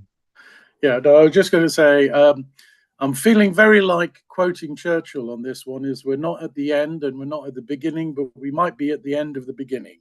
So I think with Martin's arrival, we've identified a large number of areas for improvement within the authority. So I'm not going to be sugarcoat it for councillors, is that there is a significant challenge. Okay, so then the significant challenges are these. In terms of our children's health, we could be much better in terms of their overall access to mental health services and the amount of direct support they've got. It's a major weakness and we need to address it. In terms of their accommodation, we need a more consistent pathway. So at the moment, we do not have a consistent pathway for our children. So when they're getting to 17, where are they going to get their final tenancy from? What's going to happen there? That needs to be better. When it comes to their education, we've done really well in terms of our virtual school has upskilled massively across the county and has actually been directly involved in a number of schools, getting them aware, getting them understand trauma, doing stuff like that. But our children have got significant problems. And so in terms of a parent and what our children who are in care, what they're leaving their care with is not where we would want it to be, not where any parent would want it to be. But we've also got to look at, that's a challenge based on how did they start? So did we improve them from where they came into our care? And that's a challenge. So educationally, we could always do better, always could be striving more for that. In terms of our consistency in our planning, we're getting better, but we could be so much more better, which is the reason why Catherine Isaacs is doing a really strong piece of work as we speak on permanency planning and improving our permanency. And these are all things Ofsted will challenge us about. They will say, what are we doing about permanency? It needs to be better. What are we planning for our children? And the investment we're making in our leaving care offer, and I think that's where I was in a meeting with a colleague in the housing department where we're looking at kind of, well, could we develop a safe space for our care leavers to come into? And I'll leave you with this as an image because it was how for around about 200 children who are our corporate parents, we are the only person. There isn't anybody else in their life. They've lost that person. They've lost those links. And if you all imagine it with your own children, if something goes wrong, if your relationship went wrong, if you got a tax bill that you couldn't pay, if you got some problem that happened, you'd pop round to your mum and dad. We've got 200 children who will be leaving our care who don't have that person to go to, don't have that front room to go and cry on the shoulder of. And we need to develop our leaving care offer so that any child who leaves the care of Cambridge has a safe space to go. So that I'll leave you as a vision to say, it's something we need to kind of come together. So I welcome the Canon's questions because I think you're right. We need to be, as a parent, rightly critical, rightly challenging ourselves and rightly moving forward. I think we've got the right team now. You've got Martin as your DCS. You've got Ranjit just coming in with bags of ideas from her previous authority. You've got Catherine Isaacs, who's an excellent and outstanding head of service who we've poached from Islington. So you have the leadership, and we now need to, I would ask our councillors to support the leadership in moving this forward, and we can truly have an outstanding service. Thank you. Thank you, Brian. I'd just like to go back to the issue, the question you raised also about the report itself. And I think you're right. It's really a summary position of where we are. And I think that reflects the fact that we have this entirely new leadership team. So there's actually no one in post that would have really taken ownership of what has happened before. But for next year's report, we are going to have a real critical view of where we are with our corporate parenting and what the outcomes are for our children and young people. We have ongoing at the moment the Essex County Council doing a whole system diagnostic, looking at children in care at the moment and our care leavers this week and their outcomes and the quality of our practice there. That's really helping us to identify. There's lots of areas of strength. I think you can see some of those in the reports, but I think there's also quite a lot of inconsistency, which is probably the best way to describe it. So by the time we have this report next year, we'll have all been in post for a year. We'll all be owning it completely, and it'll be a really honest appraisal of where we are and what's happening for our young people in their outcomes. Thank you, Martin, and I do recognise the transformative experience of this whole sector over the last few months. Thank you, Ranjit and Catherine.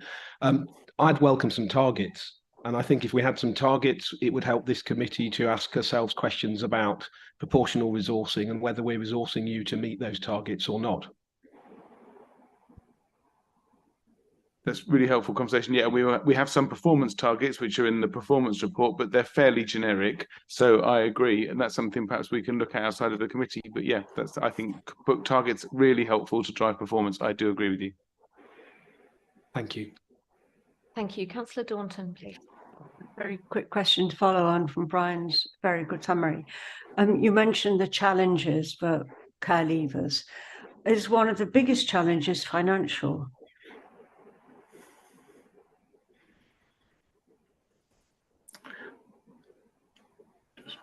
Sorry, Brian, are you all right to answer that one first?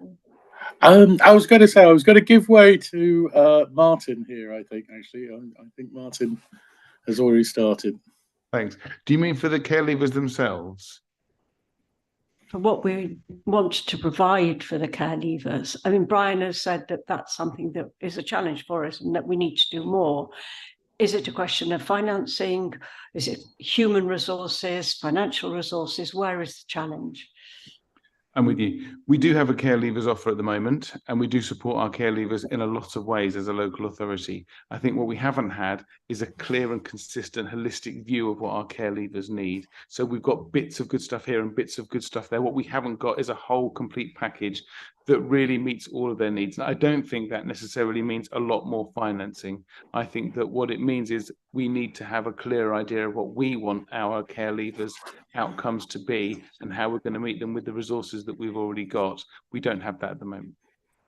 Follow that up then. Presumably when thinking about that, you're talking to people who've been through the system and taking on board and really listening to what they're telling you. Absolutely. Yeah, we use the voice of care leavers as much as we can, and they are essential to us designing all of our services going forward. In fact, the voice of the child is one of my commitments about making sure that the voice of the child, whether they're a care leaver or a looked after child or child subject to a child protection plan, as I want to hear their voices in their own plans. I want to see their impact in our operational activity, and I want to hear how they, as young people, are influencing our strategic approach to all of aspects of children's services. So next year when we have the report, maybe we can have those voices in the report as well. I would almost guarantee it. Absolutely. Thank you. And I know Ranjit and I had a conversation earlier today about building those really important aspects into our children and young people's journey far earlier than you know, the sort of 16, 18, but really starting early to make sure we're giving children everything that they need. I think that's everyone. Councillor Taylor. Always last. Thank you, Chair. Just really two brief questions, but I think the one that I'm just going to ask now is quite important. So on 2.1.4, it's and I think this is brilliant. The Siblings Together Forever project. So it brings together the siblings who have been separated through care for a short residential multi-activity at the Grafham Water. And I think that's great. But what are these challenges that, you know, why are these siblings not together within their placement? You know, because I just think it's heartbreaking that these siblings are not together. That's my first question.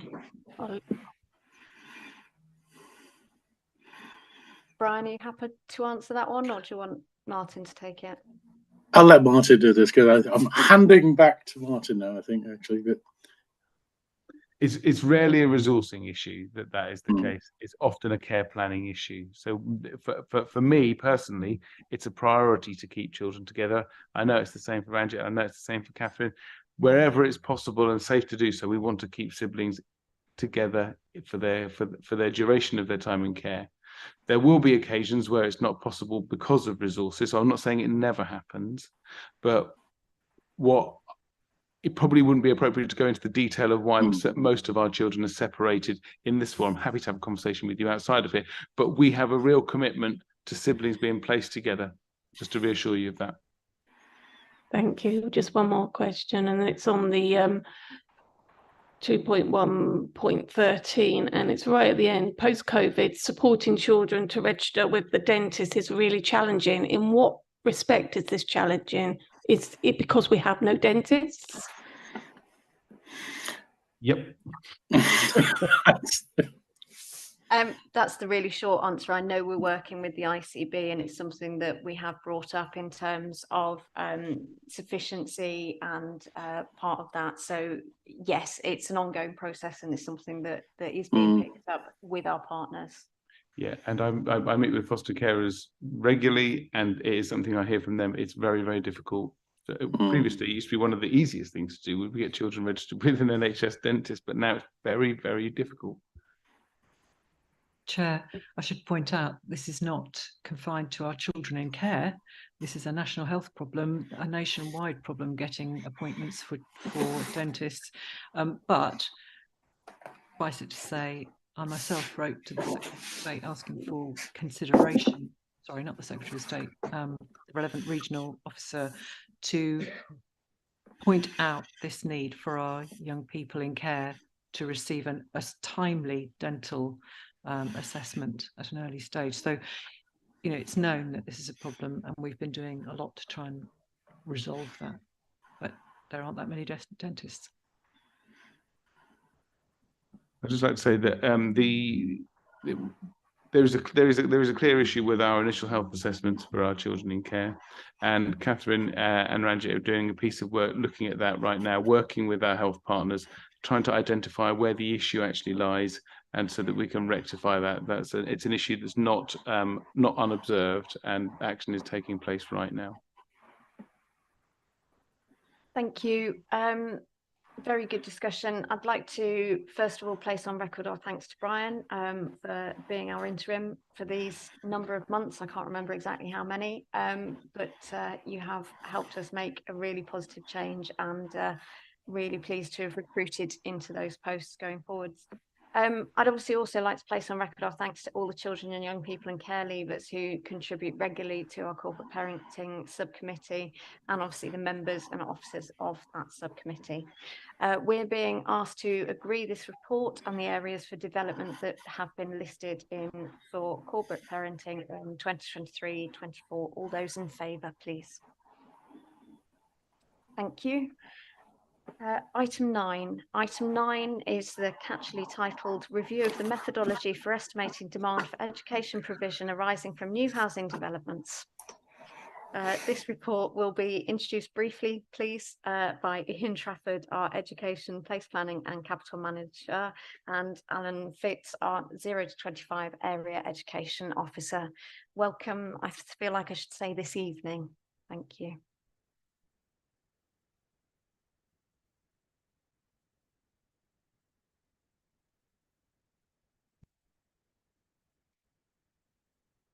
Hello, I'm joined by two colleagues, Alan Fitz, who's Area Education Officer, who's done most of the work on this report for our team, and Rob Kemp, who's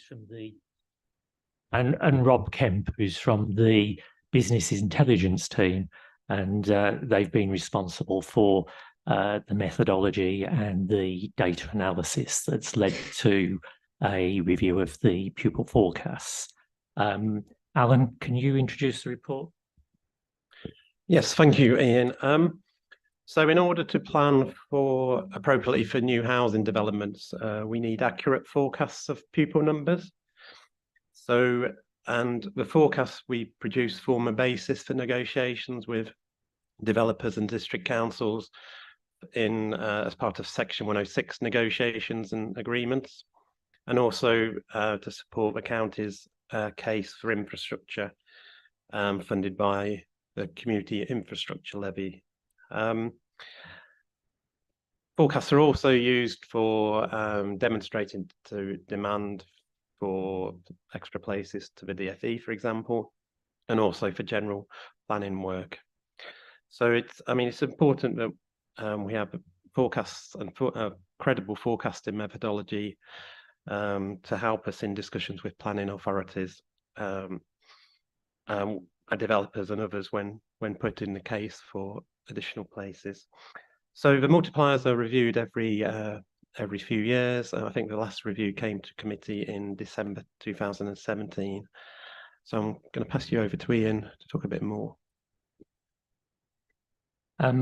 Yes, and since that time, the business intelligence team have been looking at a real experience of a range of new developments, and the case for change before the committee today is based upon an analysis of two groups of developments, really, those that are sort of outside of the Cambridge fringe, and a number of developments closer to the Cambridge fringe, which exhibit different characteristics in terms of the pupil yield.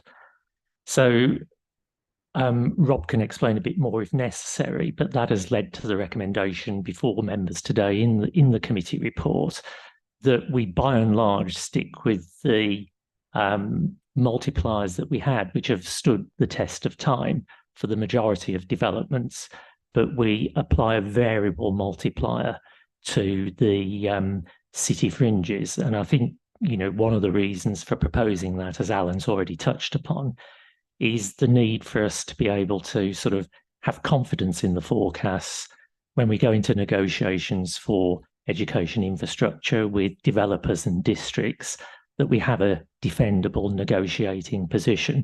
We don't want to get to the point where we're challenged or we lose at a planning appeal, which then invites further sort of questioning from other developers, planning authorities about the robustness of the forecasts.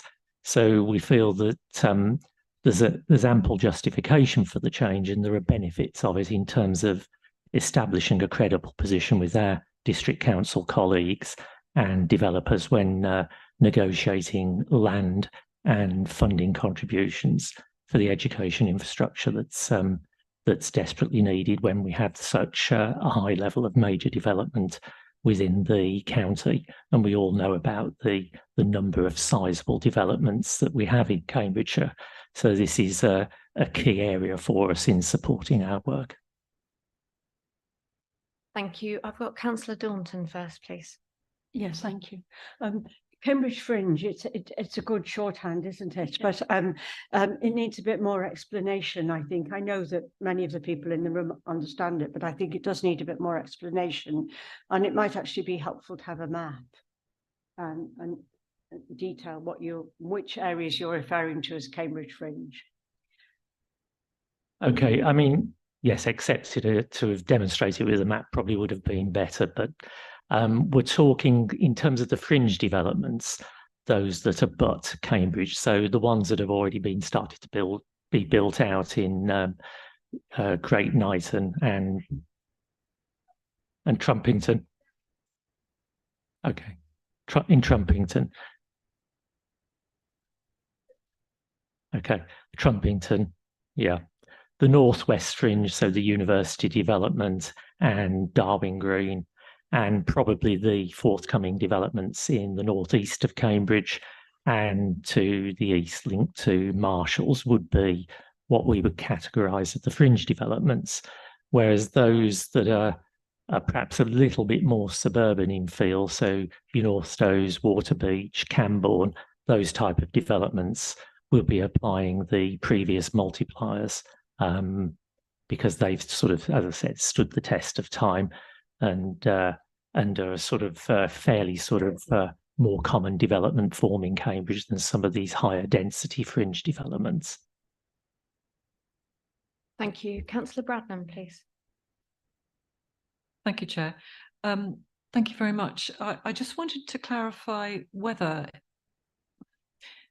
it's not just the formula that we use in terms of calculating the yield of children in the locality. But where, for example, schools are on close to the county boundary, for example, with Essex or Suffolk or Norfolk, often the catchment stops at our county boundary, but actually children are accepted by those schools from the other counties. And I just want to check that we are not ignoring what happens in an individual school with catchment in the sense of just going blindly on our basis of we think this is the right calculation for yield, because we need to bear in mind that some schools accept children from outside catchment. And I just wondered how we can take that into the mix and if it's possible to do that.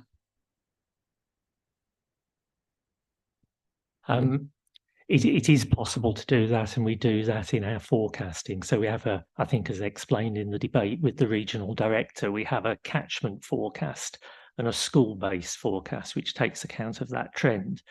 And I think one of the areas we focused on with the regional director was Wisbech and the secondary school, and that's probably the new free school. That's probably a very good example. There was growth in Wisbech in pupil numbers, but we're also aware that historically there's been more pupils in the Wisbech area than there was capacity at the school, and there's been traditionally quite a lot of outflows into Lincolnshire and Norfolk. So we looked at cross-border patterns and trends with colleagues in Norfolk and Lincolnshire. I was able to see a tightening of the situation in terms of available places across the border as well, which led to a proposal. Actually, some of those options based on preference will no longer be there.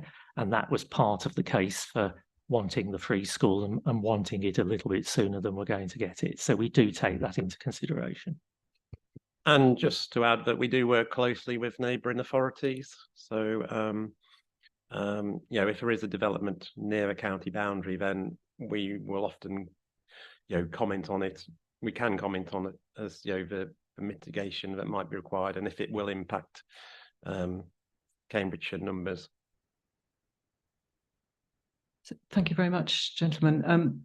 The point I was actually thinking about was the reverse, where we had Linton Village College, which declared that they were full, and we as a county were telling them they still had capacity. And the problem was that in Linton, they're very close to the Essex border, the Uttlesford border, and a lot of children were coming from Uttlesford into the school. I just wanted to clarify that we do take that into account as well.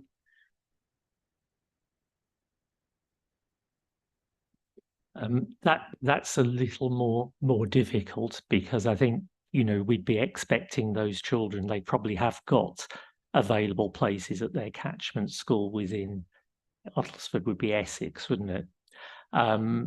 But on preference, they choose to apply to a school in Cambridgeshire. And I think in those situations, unless the in-catchment parents from Linton get their applications in and in time and don't assume they've got a place at the college, that's where some problems can be created, in that, they've applied second, third round maybe, where people or parents from outside the catchment have applied ahead of them.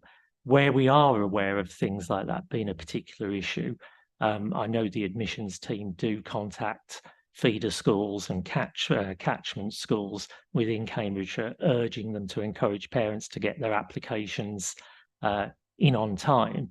But unfortunately, there may be enough places, but that's one of the effects of the admissions process that can work against some in-catchment pupils, where you get quite a demand coming from outside of catchment. So it's less a place planning issue, more of a sort of admissions process issue in those circumstances sometimes. Thank you. Councillor Taylor next, please. Thanks, Chair. So to point 8, proposed changes to the detailed multipliers. So current multipliers merge 1 and 2 bedroom properties into one value. So what government are saying that, I'm not quite sure what that means, lettings of sales in social housing. Could you just clarify that first? Yeah, so shared ownership housing, that's we count that as owner occupied. That's the mandatory change. So social rented, that will be housing association. So that is handed to families who are on low income or vulnerable or in any other way. Thank you. So so looking at that, so what the government is saying is on the continuous recording of lettings of sales in social housing in England shows just an average of 1 child per 100 dwelling living in 1-bedroom dwellings in Cambridgeshire. That was 2017 to 21. Are you, so the proposal here on this revision is that the multiplier for all 1-bedroom dwellings should be 0. Have we taken into account private rented sector? Because I think you will find, and I'm sure it's not going to sort of bust it over this, but in the private rented sector, you'll find that there's probably a lot of children living in 1-bedroom properties, especially in the current climate. Yeah, we've considered a range of data sources, and we have included private lettings where possible. So we have considered that in the evidence that's available. Thank you. Canon Reid, please. Thank you. From my perspective, I thought it was an excellent approach to ever improving the science of making predictions for our risk management. So thank you for Ian and the team for that. But is this going to lead, do you feel, and I know particularly 2.2, better interoperability with the DFE approach? Because of course, that's where the tensions have come out, particularly contention around communities which have felt that they've gone to the DFE with data. DFE data doesn't match our data, and that then leads to that conflict. I know it's not going to be perfect, but do you think it's more closely aligned? I'll just answer that quickly, and then I'll bring Rob in on the technical detail. In the latest DFE guidance, although they've published sort of their own national formula, local authorities, it is permitted for local authorities to use their own forecast where they can demonstrate they've got a better evidence base. And we're not encountering sort of any resistance to that from the DFE. There may be issues further down the line with if our forecasts say are slightly higher than the DFE ones, you may get some developers or planning authorities wanting to challenge us and use the DFE multipliers. But at the moment, DFE are quite happy for us to use our own, and I suppose it's for us to make the case and bat away any of those sort of things that are thrown our way by developers or planning authorities. Thank you. Yeah, thanks, Ian. Just to add to that, we considered the DFE multipliers in great detail when we did our review. We considered about 15 housing developments. We put the housing completions, the DFE, what they would have predicted against actuals, and we found that our multipliers were accurate in almost all cases. We've also had conversations with various neighbouring local authorities, Hertfordshire and others, and they have also been reviewing, and in most cases they have decided to stick with their own in-house multipliers rather than DFE. The DFE is sort of a guidance rather than anything else. That's really helpful. Thank you. Thank you. Councillor Sharp, please. Thank you, Chair. Very briefly, and it's touching on what was said earlier, where if I look at the close border ones, and I think of 400 houses going up in Newmarket, 100 yards from the county boundary, and then we've got Kennet Village College, which is a village, got Kennet Garden Village, which is a CLT, Community Land Trust, which is in Cambridgeshire, but again, probably a couple of 100 yards the other way in Cambridgeshire from the boundary. And then going back to, as I mentioned earlier, with certainly Boddisham Village College, we've probably got, I don't know how many, but we've probably got not far short of 100 pupils who are coming from Newmarket to the college. I'm just intrigued, you know, how you must, it must be quite a minefield as to how you actually bring all those various different scenarios into place, because if you take Kennet or you take Hatchfield Farm, which is the one in Newmarket, how many of those parents opt to go into a Cambridgeshire school, which would presumably be Surham Village College from there, or go to Newmarket and vice versa. So really, yeah, it's just trying to understand how those complex things fit in. Yeah, and it's a situation sort of similar to that which we outlined in Wisbech, but in reverse in the case of Suffolk and our schools in Cambridgeshire. You get that inflow into places like Bottisham and Soham that you've correctly identified. However, it's not so much a place planning issue. Again, it's a preference issue, and how do you manage that in a way that the in-catchment pupils do get their place at those schools in Cambridgeshire? Because as Alan's just reminded me, there are plenty of available places, secondary school places in Newmarket. We work across the boundary with our colleagues in Suffolk. So again, it's more of a, how does the admissions process work, and how can we manage the admissions process so that, in this case, Cambridgeshire parents get their applications in early and are therefore a priority on the admissions criteria against those out of catchment from Suffolk. Thank you. I think that's everyone who indicated. Yep. So we've been asked to approve the adoption of the revised child multipliers set out in Table 3 in paragraph 2.8 and Table 5 in paragraph 2.11 with immediate effect to better inform the planning and funding of early years and school places. All those in favour, please. Thank you. Thank you very much for joining us. Committee, would you prefer to have a very short break now, or are we happy to plough through for the last two? I'm seeing nods on ploughing through. Yeah, just one thing. Was there a report that we took out of order? Yeah, we're getting that. So we are now going back. We're now returning to item 5. Item 5 is the finance monitoring report for October 2023, and welcome Stephen, who is our head of finance, who's joining us today.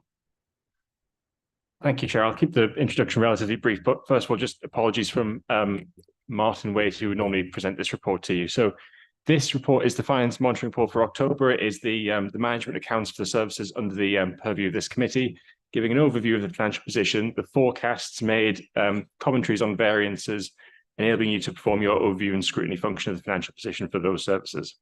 So I'll break down the introduction into 3 parts. Firstly, on the revenue, the non-schools grant portion of the revenue, there is an extremely pressured revenue forecast position. You can see at the table at 1.2.1 on page, I think, 30 of your pack. The forecast outturn for the year on those services is about £10.7 million. It is more than the total forecast outturn for the council as a whole.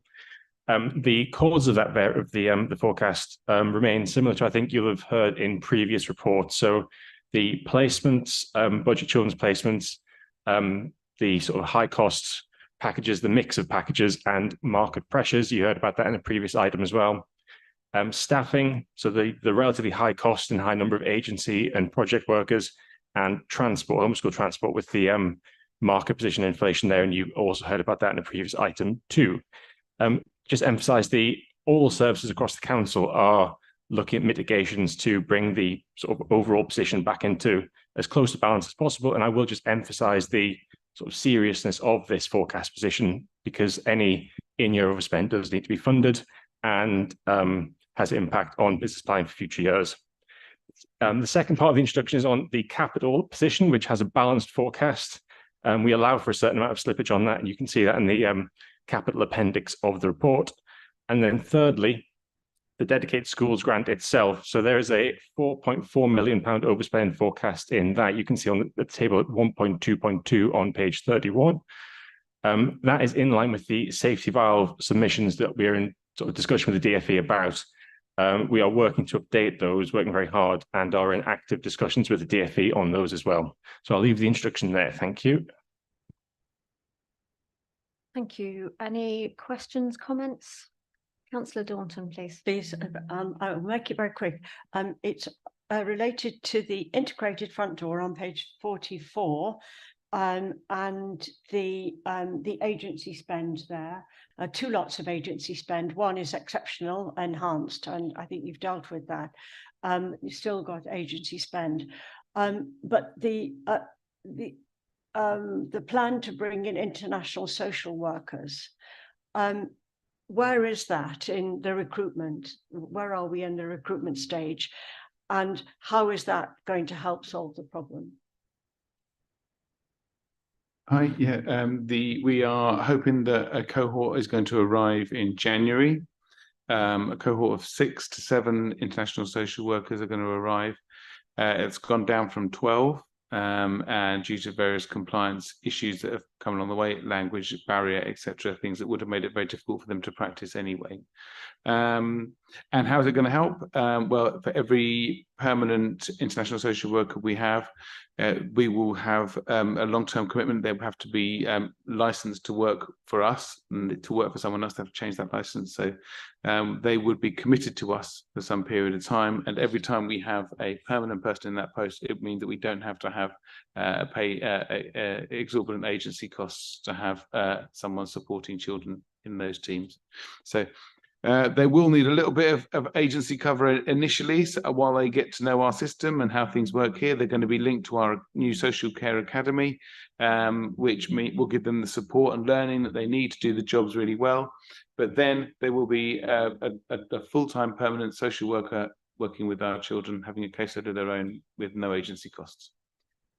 And I just want to follow that quickly. And they will be slotted in according to their abilities and given the right level of work and the right level of remuneration according to their abilities post going through the social work academy. Absolutely, and they will always be able to get support from the academy. The beauty of our academy, Cambridgeshire Academy for Reaching Excellence, is its name, CARE. And the beauty is that it can support our practitioners throughout their careers. It's not just when they're newly qualified, although we'll be supporting our newly qualified ASYE social workers. It will also be supporting our up to 10 apprentice social workers, as well as our international social workers. So they will get support all along. They will also have support from their team manager. They'll have their regular supervision, and they can link into any of the other learning that we offer.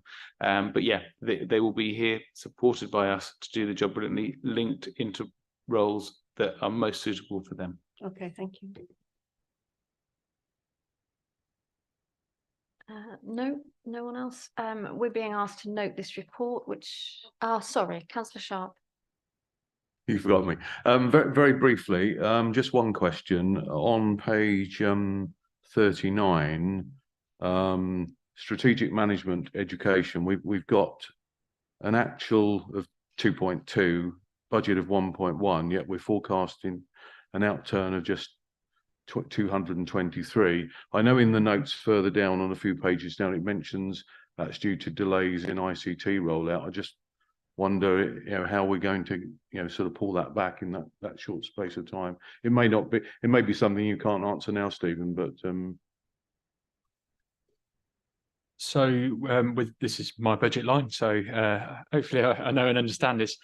There's a lot of financing arrangements to go through here. So some recharges from the DSG. We also hold savings in there, which will be realised and yielded from elsewhere in the service to come together. So I admit the figures do look a little odd this time of year. What I can do is reassure you that we're at the moment we're predicting on balance, aside from the savings that relate to the delivery of our new case management system, and you'll be seeing soon that actually that's been delayed, and we are asking for a delay in the implementation of that saving. This is the in-year implication. There will be something in the budget papers about the future and pushing that back until that system's in place, which we hope to be in place completely by 2025. Thank you. Yeah. Councillor Bradnam, please. Thank you. Something that came up earlier on. In Appendix 2 on page 43, number 1 is children in care placements, which is quite a large proportion of our potential overspend. And I just wanted to check if that is taking into account the 7% increase in allowances that was reported earlier on. So the overall financial position does factor that increase in. I think that will hit a different line. Was that relating to foster carers? I think so. I think that's more like it hit the fostering budget, but yeah, it is factored in. Thank you, everyone. We're being asked to note and comment on the performance information and take remedial action as necessary, so there's no vote required on this item. Or note the report, because I'm reading the wrong bit. Item 10, it's been a long day. Item 10 is the corporate performance report, and Martin will introduce this. Martin. Yep, thank you very much. I mean, quite a lot of the day, helpfully, quite a lot of the things in this report have already been mentioned today. So I'm not going to go through every section. The thing that I really want to draw to your attention is the indicator 1, percentage of children who are referred to social care, repeat referrals. So we've got a high level of repeat referrals coming into our front door. As you can see, we're the current month 27.3, that's up 0.2 from the previous month, but we're over the important part of that data on the top left hand side is that we're over both the statistical neighbours and the England mean by some measure. If you go down the report, you can see, it's going to be doing my best to find it quickly, is what I think is partly responsible for that, and that is the rate of referrals per 10,000 at indicator 116, which is on page 12. Page numbers are at the top of these ones. And you'll see there that our referral rate is compared to where we have been in the past, not compared to national, but compared to where we have been in the past, is really rising quite rapidly. So we had a high in July, the highest that we've had since 2020, if we go back through the record, and it's rising again at the end of September. So we're getting a high volume of referrals, and we know partly why that is. So we've done a lot of work looking at our front door processes and making it easier for people to make referrals and making it easier for the child about whom people are concerned, so their information travels through our system more quickly and more simply. So that's good news in the sense that we're getting the information through more quickly.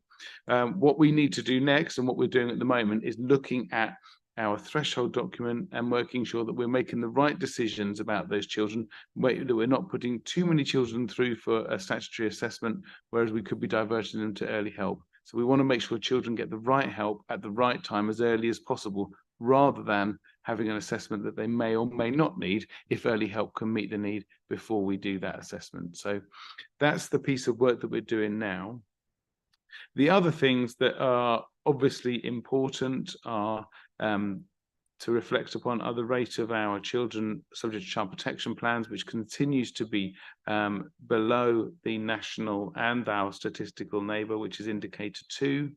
And I think that that's been consistent for a long time now. That's not a new piece of information. That's been consistent since around about April, May 2022. So that's a well-embedded piece of data, which is really good to hear. Not too many children going on to child protection plans. And I think that is because we've got a very good, broad, county-wide targeted support offer, which can support children in that early stages of need before their needs become too complex. And I think that feeds through into our, again, lower than national and lower than statistical neighbour numbers of children in care. So I think even though we are higher, that's indicator number 3, even though we're higher than our target, having a target for children in care is a little bit misleading. We bring into care the children that we need to bring into care to keep them safe. So the target's really just a contextual nominal target. But it helps us to stay focused, because if we see a sudden increase in children coming into care, we want to know why. And we know that at the moment, most children coming into our care are unaccompanied asylum-seeking children. So that's the highest sector of growth at the moment in our child and care population. But we are still saying still staying safely under the statistical neighbour and England mean, which is a good position to be in, I think, because if we were up at that level, that'd be quite a considerable increase in our children in care population and quite a considerable increase to our budget. But most of all, an increase of children that aren't with their own families. So that's where we need them to be. Happy to take any questions.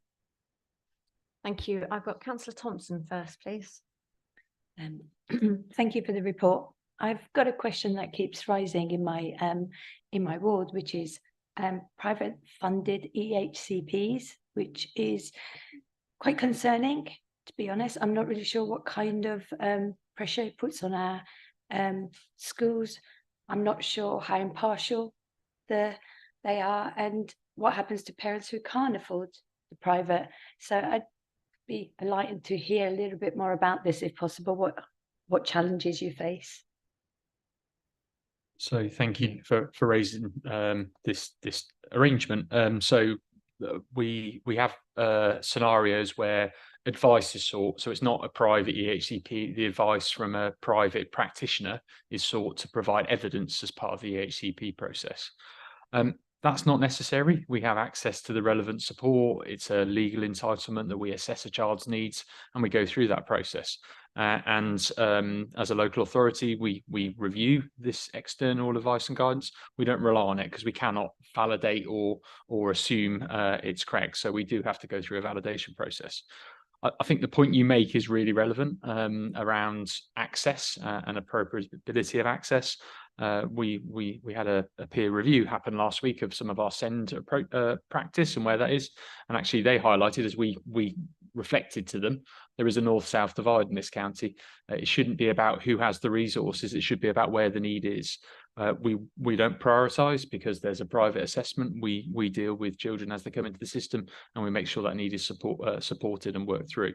I think we have a piece of work to do to advise parents on the process, what is required, where you need legal support, what advice is out there that's free, to make sure it's not a two-tier system. And certainly we very much focus in on every child having access to the support they need and following the legal process that's surrounding that. So it's a challenge. It's a supportive process. Good to know where a child is and get that advice, but just to reassure you, we have to use our own information and our own assessment that forms the basis of those EHCPs. So just to understand, even though they do their private, we still validate it for ourselves. Absolutely, we have to do that because we have to understand the child to be able to represent their needs in the written format of the document. It's a supportive document. We obviously have due regard to it, but we cannot rely on it, and we do use our own resources to review that. So our own education psychologist and others will support that process. But it's not a barrier or a need in the process. Thank you, Councillor Sharp, please. Thank you, Chair. Two questions, or there's two indicators I've got questions on, and it's indicator 132 and 135. On 132, it says the 2022-23 data will be on the next performance report. I just wondered why that was taking so long to get. And the second thing, it's touching on our previous report about is indicator 135, where it looks like again on the two quarters we've got, there's a downward trend in terms of percentage, in terms of pupils receiving their first choice school place. And I just wondered if that was, it may be a very unfair question now to take away, and it's probably a very complex answer as to how that's impacting on what the work that the team previously were doing. So in terms of persistent absence, this performance indicators are based on published data.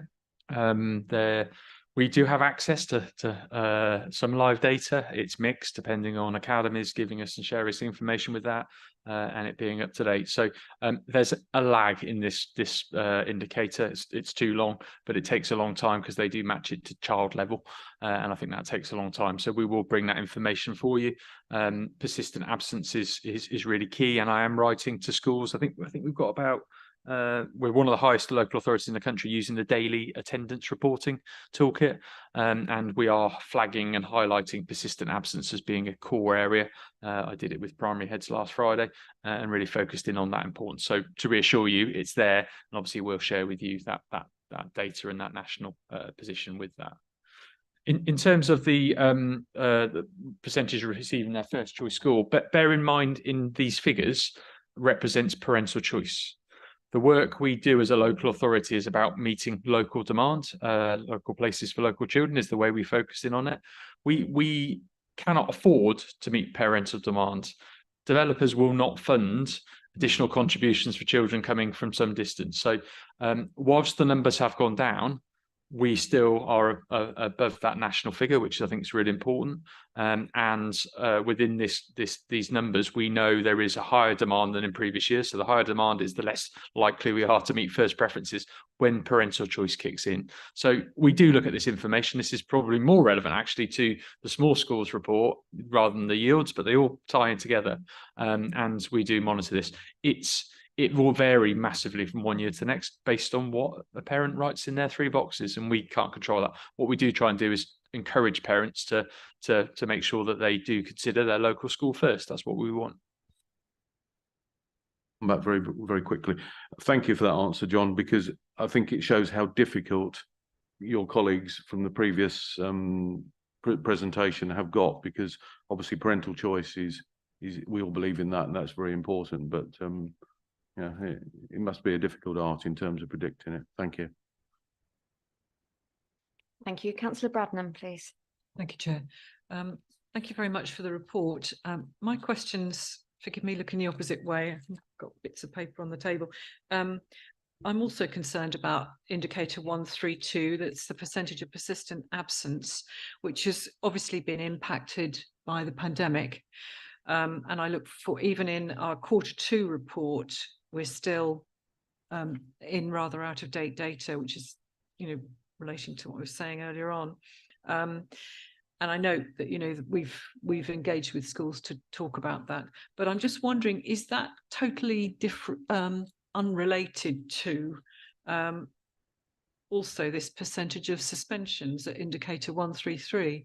And is it children who are routinely being absent that are being suspended, or are they a completely different cohort of children? That they're different. You don't record a suspension as an absence. It's a known absence, so it's included with. There is information in the attendance statistics around types of absence. It's not included as part of the persistent absence calculation. So a different group. There is some overlap, and we do look at that information, but no, they are separate cohorts in terms of reporting. Okay, and we are working also with our schools to reduce the number of suspensions, are we? We're working to reduce both areas. So persistent absence, we've done a lot of work around working together. The new government focus on working with families to resolve those issues. In terms of suspensions, we are at the moment reviewing our support for inclusion. Obviously, we've had things like Cambridge Steps, our therapeutic approach to behaviour management in schools that's been hugely successful. We have some of the lowest permanent exclusion statistics in the country, which we should be really proud of. We are noticing, though, however, there is more challenges around that, and we are at the moment reviewing how we approach that, what schools' expectations, roles are. We are going to be introducing some locality-based groups called behaviour panels to really support those children at risk of permanent exclusions with solutions, support, approaches to manage suspensions. Equally, we are challenging why suspensions are happening, how long they're for, and making sure that there is that support, review, and families are being engaged with it. So yeah, just to reassure you, it's right at the top of our agenda for both those areas, because you don't learn if you're not in school, and we need to make sure behaviour is good in school and you don't miss school because of your behaviour. Very simple arrangement. So yeah, absolute focus. Thank you. Thank you. I think that was everybody. We've been asked to note and comment on the performance information and take remedial action as necessary, so no vote is required on this item. The final item you'll be pleased to hear is item 11, the committee agenda plan, training plan and committee appointments.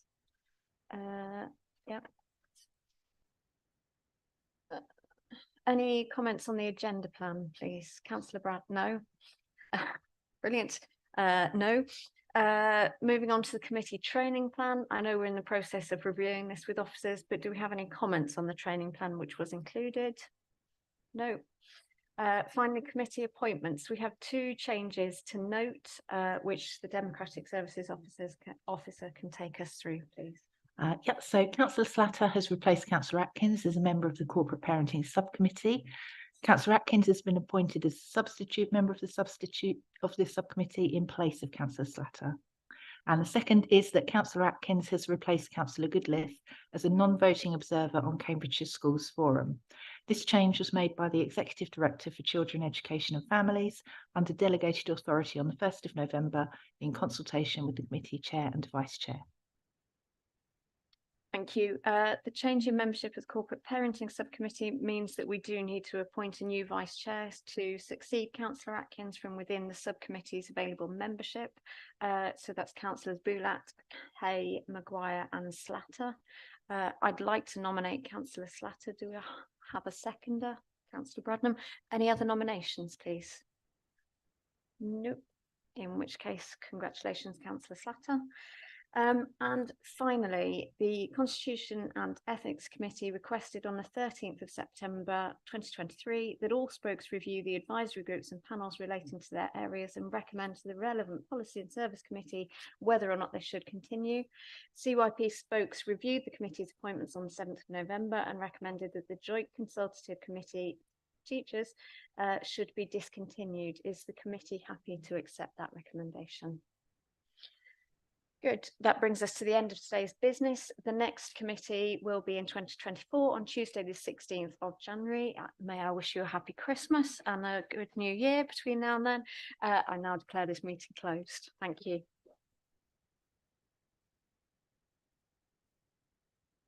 Was that Tuesday the 16th, Bryony? 16th.